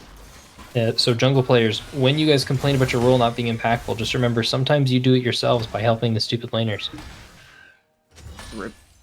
Rip. He's like, junglers, take some accountability. Take some accountability. Don't help the Inter. Ooh, holy I don't want to. Bonkers, Lord have mercy, man. Chill out. He's just losing everything for him. And we haven't even like had a chance to talk about this. He's gonna try to get the snooze. Gets over using his ultimate. That's gonna be Marbra using the R1. Gonna try to get him. Do Vanilla gonna be slain. Halcyon now here, trying to activate the ultimate. Gonna be able to get it. Looking for TJ. That's gonna be now Filthy Birdman using the ultimate to go ahead and get him, but that's not gonna be able to get any kills. They're able to ever so barely get away. Mordekaiser now chasing down TJ. Not gonna be able to get him. HYG able to get one kill off of that from Doom Vanilla, and that's gonna be it. I think. Was there an objective there? No, there wasn't. So nope. I mean, he's greeting in that jungle. I would like to see Doom not being so deep in that jungle right now, especially when like, there's just nothing up. Yeah, exactly. I know, right? Like, I mean, there were things up. Like, I mean, the red buff was there and stuff, but you're going there for what reason? Oh, caught shopping. Caught the chop. No. No. That's at least one kill for Volley. He needs at least a little bit of a ramp up. So Volley's feeling happy about that one. Oh yeah, the caught shopping's always pretty sad. Very very greedy back from Halcyon there, but irregardless, that fight kind of a huge. TJ has some fancy footwork there that we just barely missed off camera. Maybe he'll post it in the Big Plays from Official Matches channel that we have here in the server. Maybe I can. He might have recorded. I don't know who records and who doesn't. But some fancy footwork keeping him alive, dodging all of the Aurora spells aside from the guaranteed stuff. So staying alive is the name of the game for HYG here, because they're just trying to like get into this point where they can fight again. But this Mordekaiser is just running away with this, finishing that Rylai's. Yeah, and even though the row has been finished on the side of HYG by Bonkers, he is still kind of down by the boots advantage, and so it just seems like this is just gonna end up being the Mordekaiser show for the side of Goat Kings, even though the gold lead is within 100, or actually it's tied completely now. What's very interesting is that for HYG, it's like, guys, you're usually ahead in 15 minutes. You're usually up 3k gold at 15 minutes. Now you're not even sitting at a lead. You're losing the game, and usually for you to win the game, you guys are usually much more ahead. So this is already like the advantage that HYG wants to have for themselves. They aren't really getting it. They might be getting it in this bot lane right now. Is Jeffrey Crazy and Nady Taco just taking down these turret plates right now? I just look bot lane. Don't look at bot lane, guys. It's okay. Well, this is the thing though. This is how generally Goat Kings has been known to play as a team, is that they kind of just allow the bot lane to kind of be weaker on the bot side. As long as they're going 0-0-0, Goat Kings don't feel like that they can lose, but that doesn't even matter. The solo dolo coming out right now as Bonkers giving it a valiant effort, but the solo dolo going over to insert on the Mordekaiser as he is sitting at 4-0-0. He's becoming so into something. It's a gank bot lane, Drowsy. Aurora got found, and she's gone. Jeffrey Crazy able to get that kill with the snipe. We do see the TP coming down. Wait, why is Mordekaiser here? Why'd you give the shutdown? That's not good. Shutdown going over to the Akali immediately. That was not the TP that we wanted there. No, you used your ultimate, man. There's such a desperation play from Goat Kings there. They're trying to save the Inter. But you don't save the Inter. Let him int. It's okay. Halcyon there getting caught with his pants down, trying to look for like some gank bot lane, because he's like, oh, the bot lane's overextended, but you just can't do that. There's no reason to. We were talking about it, like, just let the bot lane be behind. It's okay. Get your own advantage here. Trying to get this kill though on Bonkers. I mean, it might be possible actually. This is a lot of damage coming out of Halcyon. Nicely. Yep, there goes the tower shot. Get a little bit more, and that's Halcyon being able to return a kill onto him. Nicely done. And that's exactly what Halcyon needed, and that's gonna keep Bonkers behind. That's the most important thing. When Volley's on this Roa Flicker Blade build, when it gets behind, it feels terrible to play. You can't do anything until you get Flicker Blade, and then all of a sudden you just beat everyone in the game. But until that happens, he's gonna keep defeating. So good pickup from Halcyon there, finding the Inter once again, collecting the little tax that is the Inter tax. So we like to see it, but this bot lane tower falling, this is the first tower taken in the game, so just a massive gold lead for Caitlyn. If you're HYG, this is your whole bot side of the map is who you're playing around right now. This is your lead that we've been like thinking like, yeah, HYG has these leads, and this is their lead, so they need to do something in like 6-7 minutes here. Things need to happen. Objectives need to be taken. Kills need to happen. Vision needs to like be placed. Everything needs to happen in their favor. And I didn't see that last game, so they need to turn it up.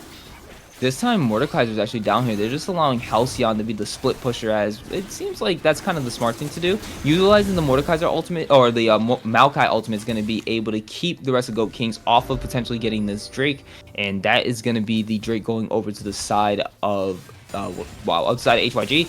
But it seems like this being a Cloud Drake, I don't think that they're gonna. I don't know how much priority they're gonna give to those Drakes for the side of the ultimate. Oh jeez, the ultimate comes out, trying to flash and get out of it. Halcyon trying to back out, able to get a little bit more. The auto range is insane. Jeez, man. If he was able to get that one more bounce off the wall though, that would have probably been the life of Bonkers right there once again. Yeah, playing both these solo laners, they're playing very close to the edge, forcing their other respective laners to match each other. Two fed people here in the bot lane, away from the objective. Neither Marlborough has TP, so Inzer just has to keep him locked. Doesn't actually have to do anything. And I think with the Caitlyn though, this is HYG favored here on the top side of the map right now. Most definitely, Caitlyn. Yeah, it's a collector versus a static Shiv. That's gonna be it's big. Yeah, that's a pretty big, interesting difference between the two members of the two ADs of each individual teams. But the gold lead actually at one point was 1.4k, and now it's sitting at just under 700. Gonna try to get him. The flash is available, but it's Insert, not no. needed as he takes him to Brazil. Insert, no. Insert, why did you stay, my friend? Oh, now no. you're gonna be caught, and if they catch you under there, it's gonna be all over. You're gonna be able to get you to sleep. He could have flashed out, but that's gonna be the shutdown once again. Or that's not a shutdown, but that's just gonna be a kill going over to TJ as Insert gets dropped. Yeah, and they couldn't even get the mid tower because he just didn't stall for any time there. So, like, they're Go Kings here are going to get the try and work on Herald, but they could be caught here with this rotation. This is really, really scary. Halcyon getting a lot of damage on the TJ there. TJ does not have his Yo. ultimate. Gonna be able to use the ultimate there. Blocks a lot of the Maokai. They're trying to really get these fights going now. Bonker's trying to chase down. Milio be able to disengage that fight. TJ, though, getting not TJ, sorry, HYG overall able to get a big fight and turn that Herald over to one for themselves. Yeah, they're forcing the Hecarim with like that engage ultimate tool as a disengage tool now and just get everyone to run away. Really, really scary when you're seeing that happen there, and really scary for Insert. I don't know why he thought he could like kill Maokai. Maybe he just like forgot that there were other people in the lane after he pressed ult. He just needs to use that ultimate to run away. I guess he's like thought, oh, I'm dead anyway, so I'm just gonna try and kill Maokai. But I just don't think that's true. I think you can create space and walk out, or at least give it a shot, because then you're buying your team more time. Then they're chasing you down. You're buying your team more time for objectives, for mid lane tower, and for just standing goal on the map. But they did pick that up finally. So this this whole top side's pretty open for Go Kings at the moment. I want to see them make plays around it right now. I like the fact that they finally got that mid tower, opening up the map for themselves. The bot lane is not so important for them, and again, they haven't really been bot focused at all. So if anything, they're not too worried. Just having the Mordekaiser able to just keep the lane state somewhat even down there, and just keep the flow of the minions going. I think that right now, again, like you said, that you want to see them playing a lot more towards this top side. I feel like that Halcyon matching Volibear right now is actually a good matchup, especially with the Malignants and Faded Ashes. Volibear trying to go in there, taking a lot of damage, activates the ultimate, not going to be able to escape, can't get the stun down, trying to get it more. Halcyon not going to be able to do as much damage as but he's going to be able to do before. But Bonkers trying to get a little bit more, flashes in, tries to get the stun, healing. Misses, but the healing coming through, and that's going to be the K ultimate dropping, and boom, Jeffrey Crazy going to be able to secure that kill on the Halcyon. They bought so much time with that volley out there. I think Halcyon's just like not respecting the healing that comes off of Volibear. So it's just so hard for this behind Aurora to burst him. She needs to like just kind of be respectful of the healing and like be happy. Oh, he's 20% HP. Next ability rotation I do, once this W falls off on my head, I can kill him. But just greeting it, trying to get something more. It's starting to turn into desperation plays here from Go Kings. It's just not what they need to do. They need to be calm about these sideways, and they're just not. They're just being so. They're trying to rush stuff that doesn't need to happen. And we do get the Rift Herald now being used here in the mid lane tower now being dropped for Goat Kings. So that's just going to open up the map just even more for the side of HYG when the Goat Kings were finally starting to find themselves a little bit more of the map owned to themselves, and they're trying to secure this third Drake, as we already have all 5 members ready and waiting for this Drake, and that's just going to be probably have to be given up by the Goat Kings. Oh wait, they could be trying to contest. No, you need to be. Okay, they both got rooted on top of each other somehow. Yep. Goes in, able to get in the middle of everyone. They're trying to stop Doom Vanilla. He's able to take the Drake, and that's gonna be such a big fight as they find so many members off in the backside. And that's just gonna be Insert off in the backline, able to take out kills. That's gonna be Hecarim dropping from Marba. Marba now getting over to the Fine Filthy Birdman, getting over the wall, and that's Aurora getting 2 major shutdowns. Oh my god, that was insanity! And that's gonna be the Goat King Kings team fighting. That's gonna be the Let's go! Holy huge shit. team fight there, huge steal. I don't know why HYG was continuing to hit the dragon. They just were like, yeah, let's 50-50 this against Hecarim. It's gonna go well, trust us, guys. No, you don't ever want a 50-50. They got so many engage tools there, and the second Insert was able to single out Jeffrey on that backside, there's nothing they can do. That's their gold lead. Their gold lead is on the Akali and the Caitlyn. One of them's gone. All of a sudden, that's like probably 8,000 gold. Poof, gone from them, from their team fight. And it's so hard for that Akali to just carry in like in a 1v9 at this state in the game right now. So huge fight from Go Kings there. Their team fighting just looks on point this series. That was just insane to watch, and even like it. And that's the thing for me. I would have been like, at least to me, if I was coordinating with the team, I would have been like, just to put the question out there, do we actually need to go for this Drake? Do we need to 50-50 this? We're already 2 Drakes up. If we give them 1, there was no objective bounties up. There was nothing for them because they were, the game has been close enough where that was not even a worry. So it's not like you were giving them more standing gold. So you could have possibly just been taking more camps, trying to get the lanes into a state that you want them to be in, and just gave up that Drake. And you could have gained more control of the map and kept the lead. And now it ultimately led to a big fight where the Drake gets stolen, Jeffrey Crazy gets separated in the back, and Mordekaiser's able to just run rampant as the raid boss that he is. And then the rest of the team able to get the gold onto members where it was extremely important. Halcyon went from 1 kill to 4 kills in that fight. And then Mordekaiser was able to secure a kill for himself as well. And we're getting the solo dolo right now going on as Halcyon gets, not Halcyon, Bonkers getting trapped in Brazil by Insert, getting a lot of damage dropped. Though here comes Marbra to be able to help. So much tower damage alongside it, able to get Marbra another kill. 5-1-2 on this Akali. Dude, what is in this series? What is this, like 4th time, 5th time? Someone from either side has just like decided to take a 1v2 against a laner in a tower. It's crazy, man. You guys, this tower deals damage. I know it's like it's later on in the game and we're confident, but like this Volibear starting, he's gonna get closer to that Flicker Blade, and that's the point where we said earlier, it's hard to beat him there because he's gonna have that W up every like 2-3 seconds. It's gonna be so hard to cut him down, and that's like the big breakpoint. There it is. Uh-oh. He's got it. Bets are called, boys. It's over. The game has been won by Volibear. He now heals for 400 HP every 4 seconds. So you gotta burst this guy so quickly through the shield, through the ult, through his CC. I don't know how they do it, and he split pushes like a motherfucker. So it's gonna be on Mordekaiser. HYG's got a threat. Separate him. Yeah, it's going to be on Mordekaiser to separate him, but he needs to be here for these team fights and single out either Akali or Caitlyn. So, and you can see HYG set up with that. They're on this like 4-1 here. They're top side for, like, I know they want that top tier one, and they're trying to like defend their boy up there, but like this is that like threat where the Go Kings have decided, fuck it, 5-man mid, figure it out. I like that. Forced them to come fight them. Maokai ultimately used to be able to clear the wave and actually stop that Baron push. And the Baron push didn't really get too much for the side of Goat Kings. So that's actually nicely done by the side of HYG to be able to mitigate so much of that Baron push. They lost 2 towers in the meantime there. TP bot from Aurora? Okay. But that, you can see like on the map there, that bot tier 2 is like, it's 1 HP. Volibear can probably just ignore Halcyon here, and if she can like let the wave come in, he could just ignore her, sprint on the tower, kill it, and then fight her. Yeah, look at that shit. I do like the fact that Bonkers has the respect for Halcyon, especially since now not only the Malignants, but the Leandries is now done. So he does get burned down for a lot of damage with his HP pool. Mm-hmm.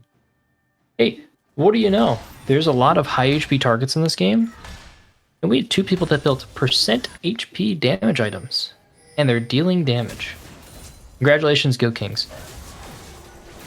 There's this 1-3-1 that I was talking about, though. They're trying to set this up. They need to get these waves onto past mid, but it looks like they're just going for this team fight. There, Aurora's on the flank. It could be nasty. Yeah, she's spotted. Oh no. Yep, she got spotted. Oh no. Goes invis, able to find Duvanilla, does find Jeffrey Crazy on the back line. He's found by Mordekaiser. That's a big pick. Going on a rampage, they were able to find the Caitlyn, and that's going to be so much damage taken out, but Bonkers is able to start slaying the team members. They're going to try to get more, but Insert Name here, able to take him out. Dainty Tackle so low, double kill going over to Insert Name here, and the Halcyon able to take it out as the team gets aced once again, only losing the jungler. Goat Kings, absolutely insane with the team fights, just finding the targets and getting them there. That was, oh man, that was a nice pick by Doom Vanilla. Even though it took his life, that was very nicely done to be able to just find Caitlyn and take her out. You know what that reminded me of? Do you know that, like, for the first scene from Ratatouille, where, like, the ceiling falls and it's all the rats? And they just scatter? That's what that looked like to me. HYG just like got caught with their pants down, and it's just like, oh shit. Mordekaiser pops out of the alt, their AD carries just a speck of dust on the floor, and he's angry, man.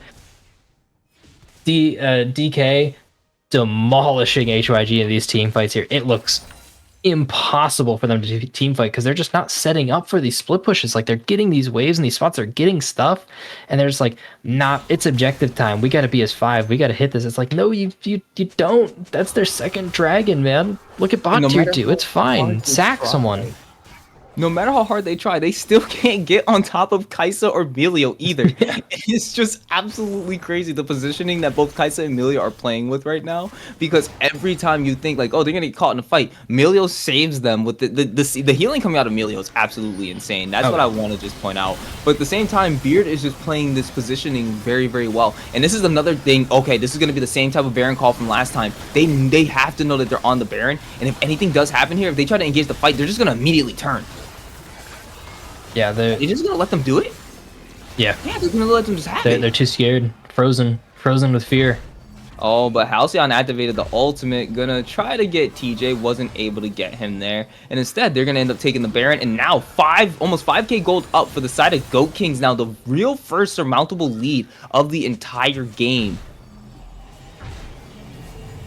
Yeah, they haven't had like a gold lead, but it's always felt just impossible for HYG to really do anything, even with this advantage that they've had.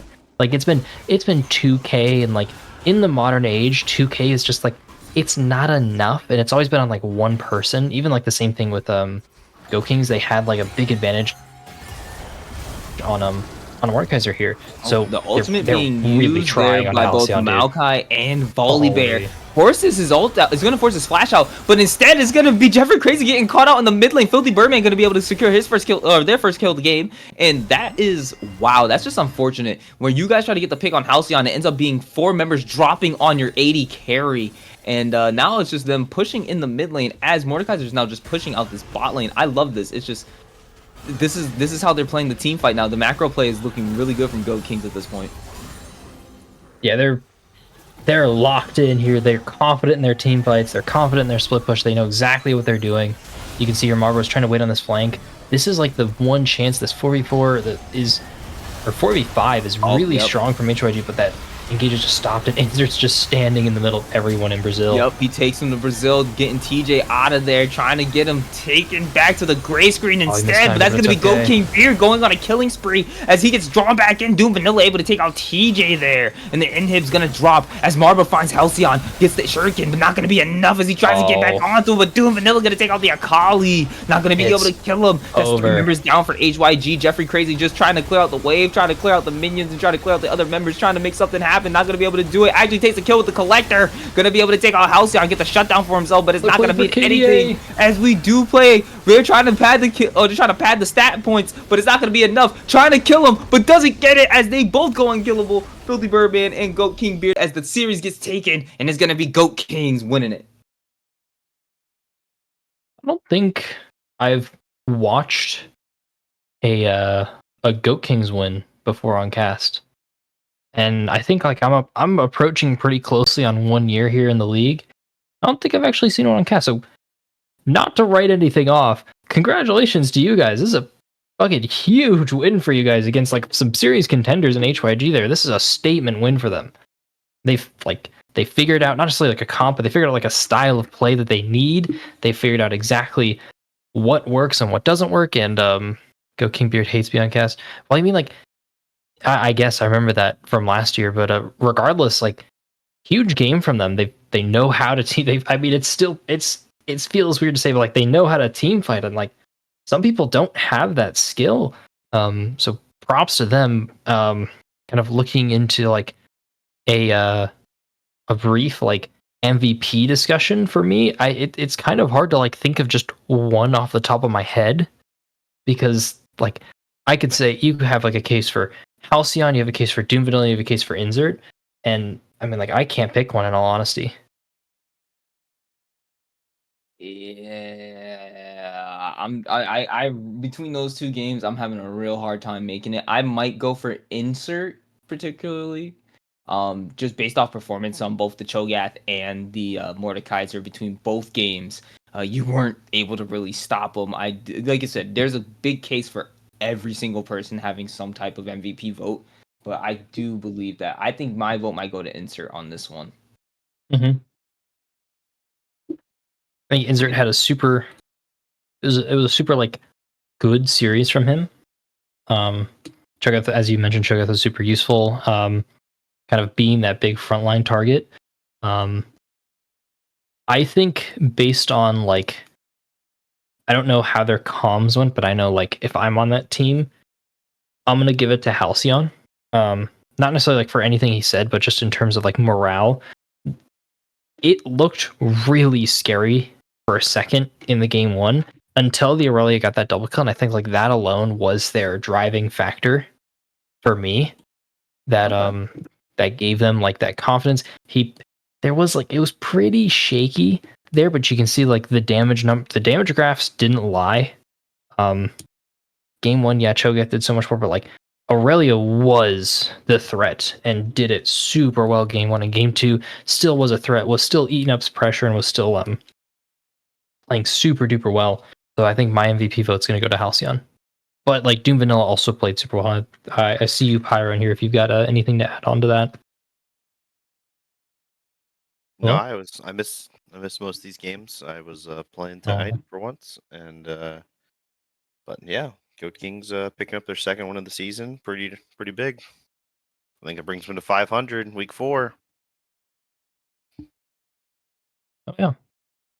So make sure everyone around in chat right now to vote for your MVPs. And if anyone has any questions they'd like to ask that MVP, you can shoot them into there. We'll ask it. Otherwise, I'm going to work on a couple that I've got for the future MVP. If anyone has anything they'd like to note, real quick, they can go ahead. Yeah, I like that. I like that a lot. I honestly just want to say that this is a game that I was expecting. This is kind of how I expected these games to go. I was expecting a 3-game series, but what I also kind of expected was them to be very, very even up and until probably when they finally broke that 3K gold lead and it actually became something more surmountable. It's crazy that Goat King. It was just really funny. For that second Baron fight, they basically played it the same exact way as the first game, where it was just like, okay, we're just gonna go ahead and take this Baron because we want them to fight us, like we want them to try to charge into us. And you could see HYG's attitude from the first game to the second game completely changed in how they approached that, because that time they didn't even bother to engage. They didn't want anything to do with that Baron fight because they were scared they were probably gonna end up losing that fight, unfortunately to say. Just the way that Goat Kings was playing it, they knew they could win that fight if they were engaged upon. Mm-hmm. So looking like this is closing up. It's currently 3-2 between Halcyon, Insert in the lead, Halcyon at 2. Make sure to get that in real quick. We got a couple more seconds on this MVP vote. Yes, we do. I'm trying to work on questions. I've never been good at Doom Vanilla said he really wants to talk to us. Everyone should vote. He really wants to talk to us? I already voted, I'm sorry.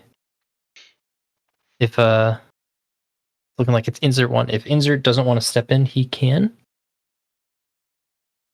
Don't worry. Nah, no options. But, I'll just drag him out. You're unlucky. forcibly dragged into the MVP interview. Get up here. What up, big man? Hello. The raid boss. Indeed. Congratulations on MVP. Thank you.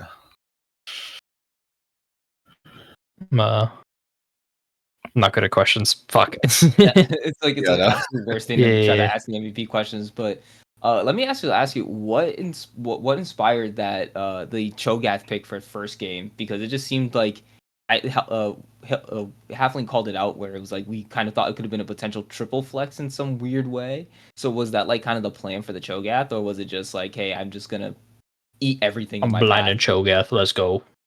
I mean, honestly, it was Cho'Gath is one of my comfort picks. It was my original main when I hit platinum back in like season 5.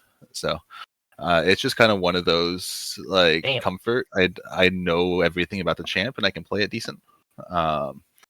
But no, I mean, I found out that it could be a flex after, but uh, maybe used for another time. It wasn't intended as a flex. It was just a Ornn was picked. I looked up on u.gg the Oh matchups, no. and Cho'Gath was the highest up there of my champs, and so I picked it. It's very two dimensional in that. I'm not a big UGG guy in the draft, waiting till the last 5 seconds before you look it up. But respectful. Fair. You still have purpose. You still have experience in the champion. It's not like you're like, I'm gonna first time Gwen here because this guy said so. So Yeah, I still respect that. But you guys took it like you took it 1-0, and you guys like hard won off the back of team fighting. Did that like influence your guys' comp going into game two, picking something like much more about like converging on as like a 1-3-1 into like a 5-man team fight with TPs, or did that kind of just like happen naturally?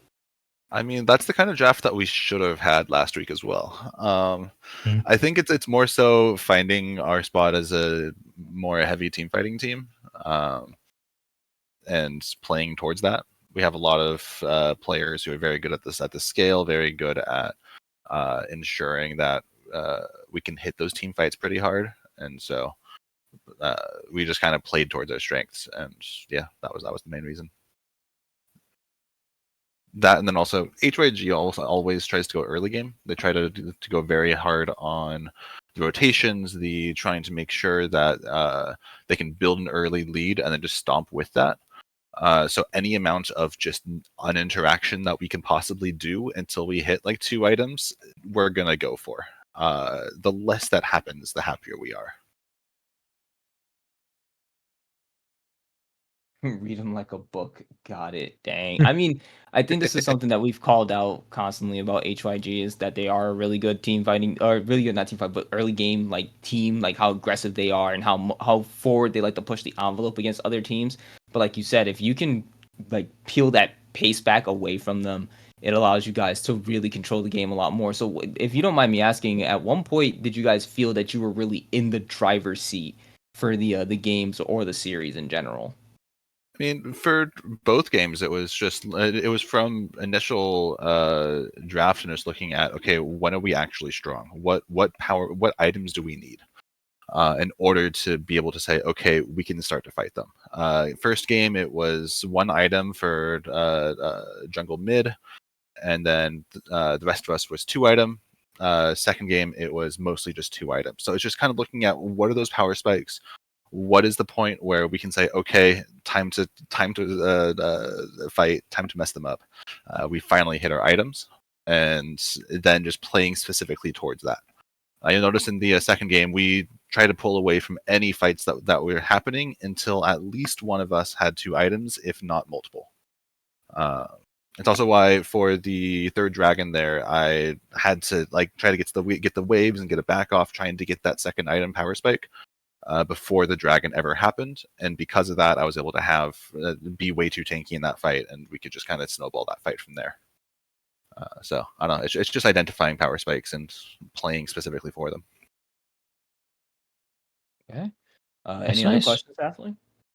Nope, I've got nothing. Congratulations, big man. Thank you. 500 Yeah. going into week 5. You know, second rounds of divisional play. You guys are got the mental edge, so keep it up. Thank you. Thank you. We'll do. Well played, Goat Kings. Thank you, casters, for casting these games. They were fun to watch. I'm gonna light a little bit of a fire under Malco's butt and say, hopefully, we'll have his podcast coming up soon. I think I want to. Podcast. It's actually literally called a thing. So that's just We're gonna gonna be have that's a gonna be really thing funny. soon. We're gonna have a thing soon. Yes, we are. We're gonna have a thing soon. I think that's gonna be it's gonna be a lot of fun.